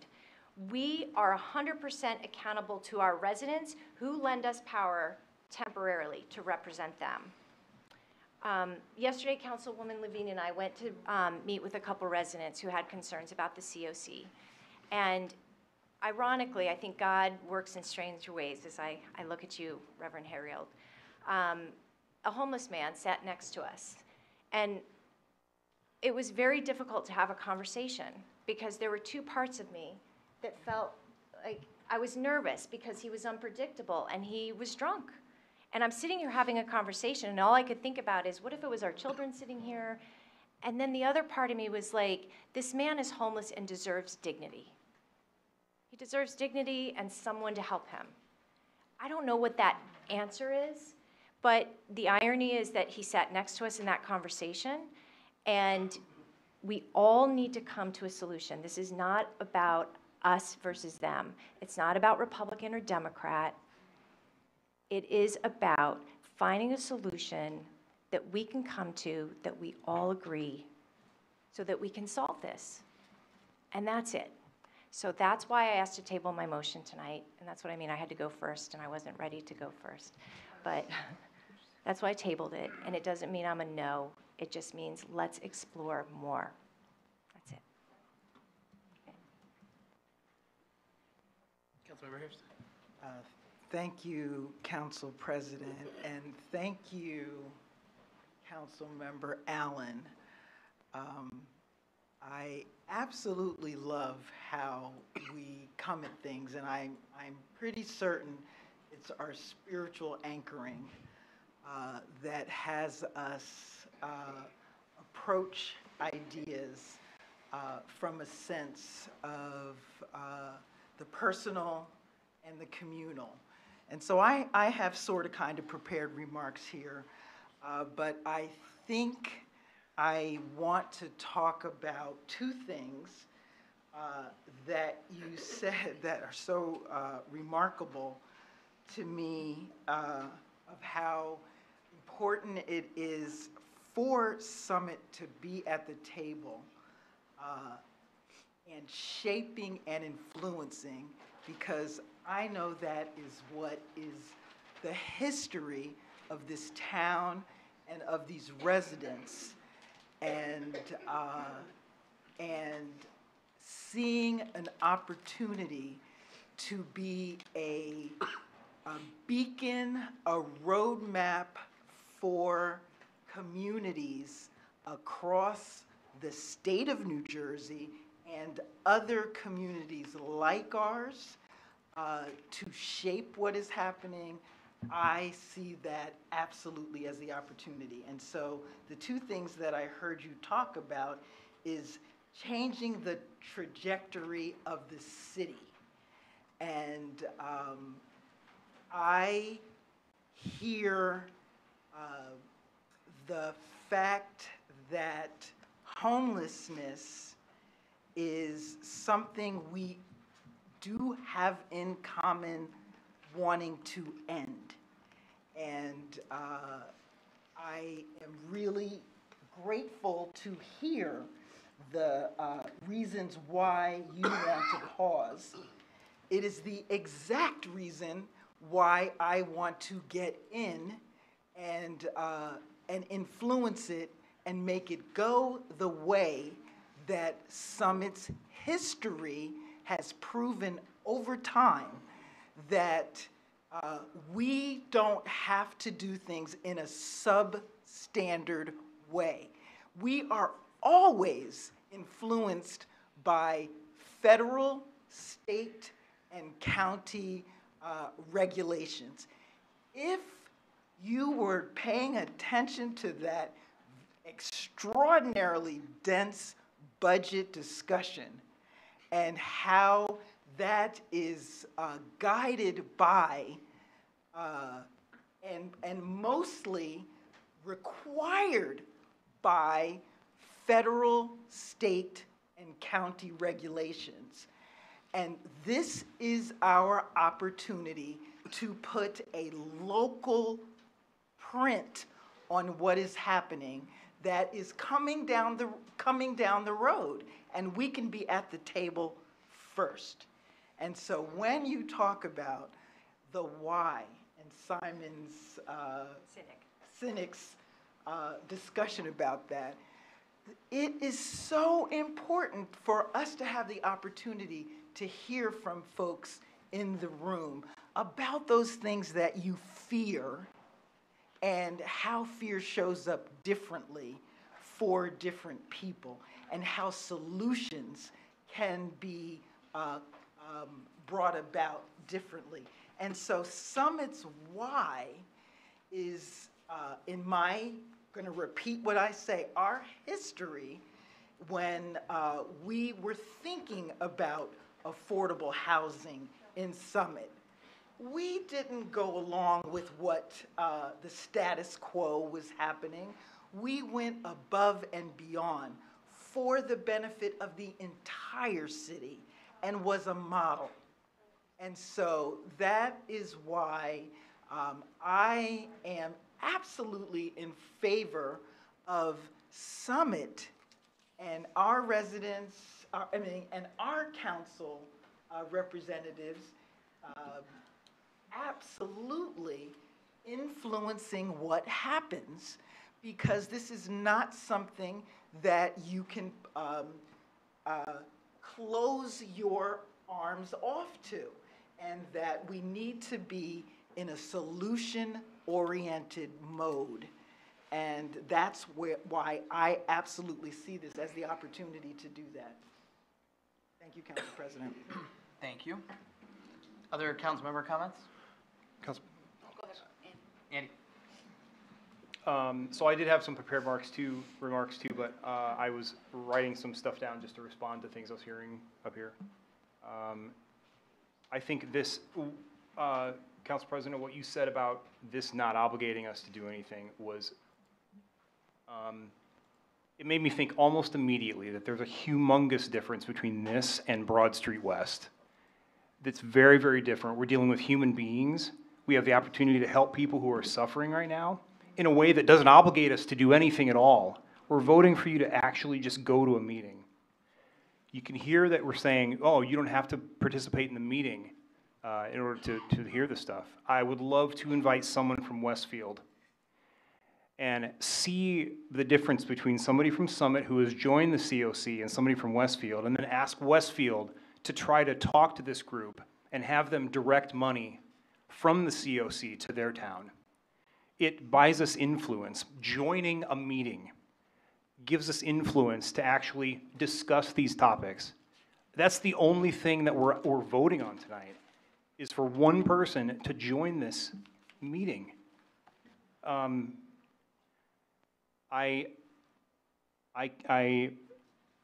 Allen, I am, I don't know how to say this. The comment that we need to find a solution that's good for everybody. This is a solution that is bad for no one and good for people who are sleeping on benches, which is completely unacceptable in Summit. Just because it's springtime doesn't mean that we don't have an urgent situation on our hands. Winter isn't the only time that we as a community will help people who have no homes. This is a no obligation solution to something for people who are suffering. We need to pursue this. And I think it's ridiculous that we would not reach out and take advantage of this right now. Thank you. Thank you. Mayor? Thank you, Council President. As you know, I don't vote, but I have the opportunity to speak when I want to. So as to status quo, Councilmember Allen, my understanding of what Council President was saying was that the status quo really refers to who's taking care of the homeless in Summit now. And that's a group of interfaith council members through Summit Warm Hearts and nonprofits and other churches with fundraising done on an annual basis through a GoFundMe page. It is nothing that is institutionalized or really well regulated, and I know about the fundraising because I've been helping every year. I can also want to comment that for the last 7.5 years, I have made calls multiple times to the county for help in our help with the homeless issue in Summit, and it is certainly much bigger now than it was 7.5 years ago. And I've always gotten the response of, well, we can send somebody up, you know, maybe we can talk. Nothing's come of it. I agree that I do not think by joining the continuum of care that there is anything that obligates us. We can join and attend a meeting or two and say, this isn't working for us. We don't want to do this, and we can walk away. So a little history. When this building was built in 1994, the ground floor wing opposite the Summit Housing Authority housed a public health department, including a full-time nurse, and a welfare office, neither of which we have now. In 2005, one of the standing committees of the city was entitled Welfare, which morphed into a recreation committee when Union County took over public welfare from local towns. That was around 2000. The continuum of care gives us a possibility of finding out funding resources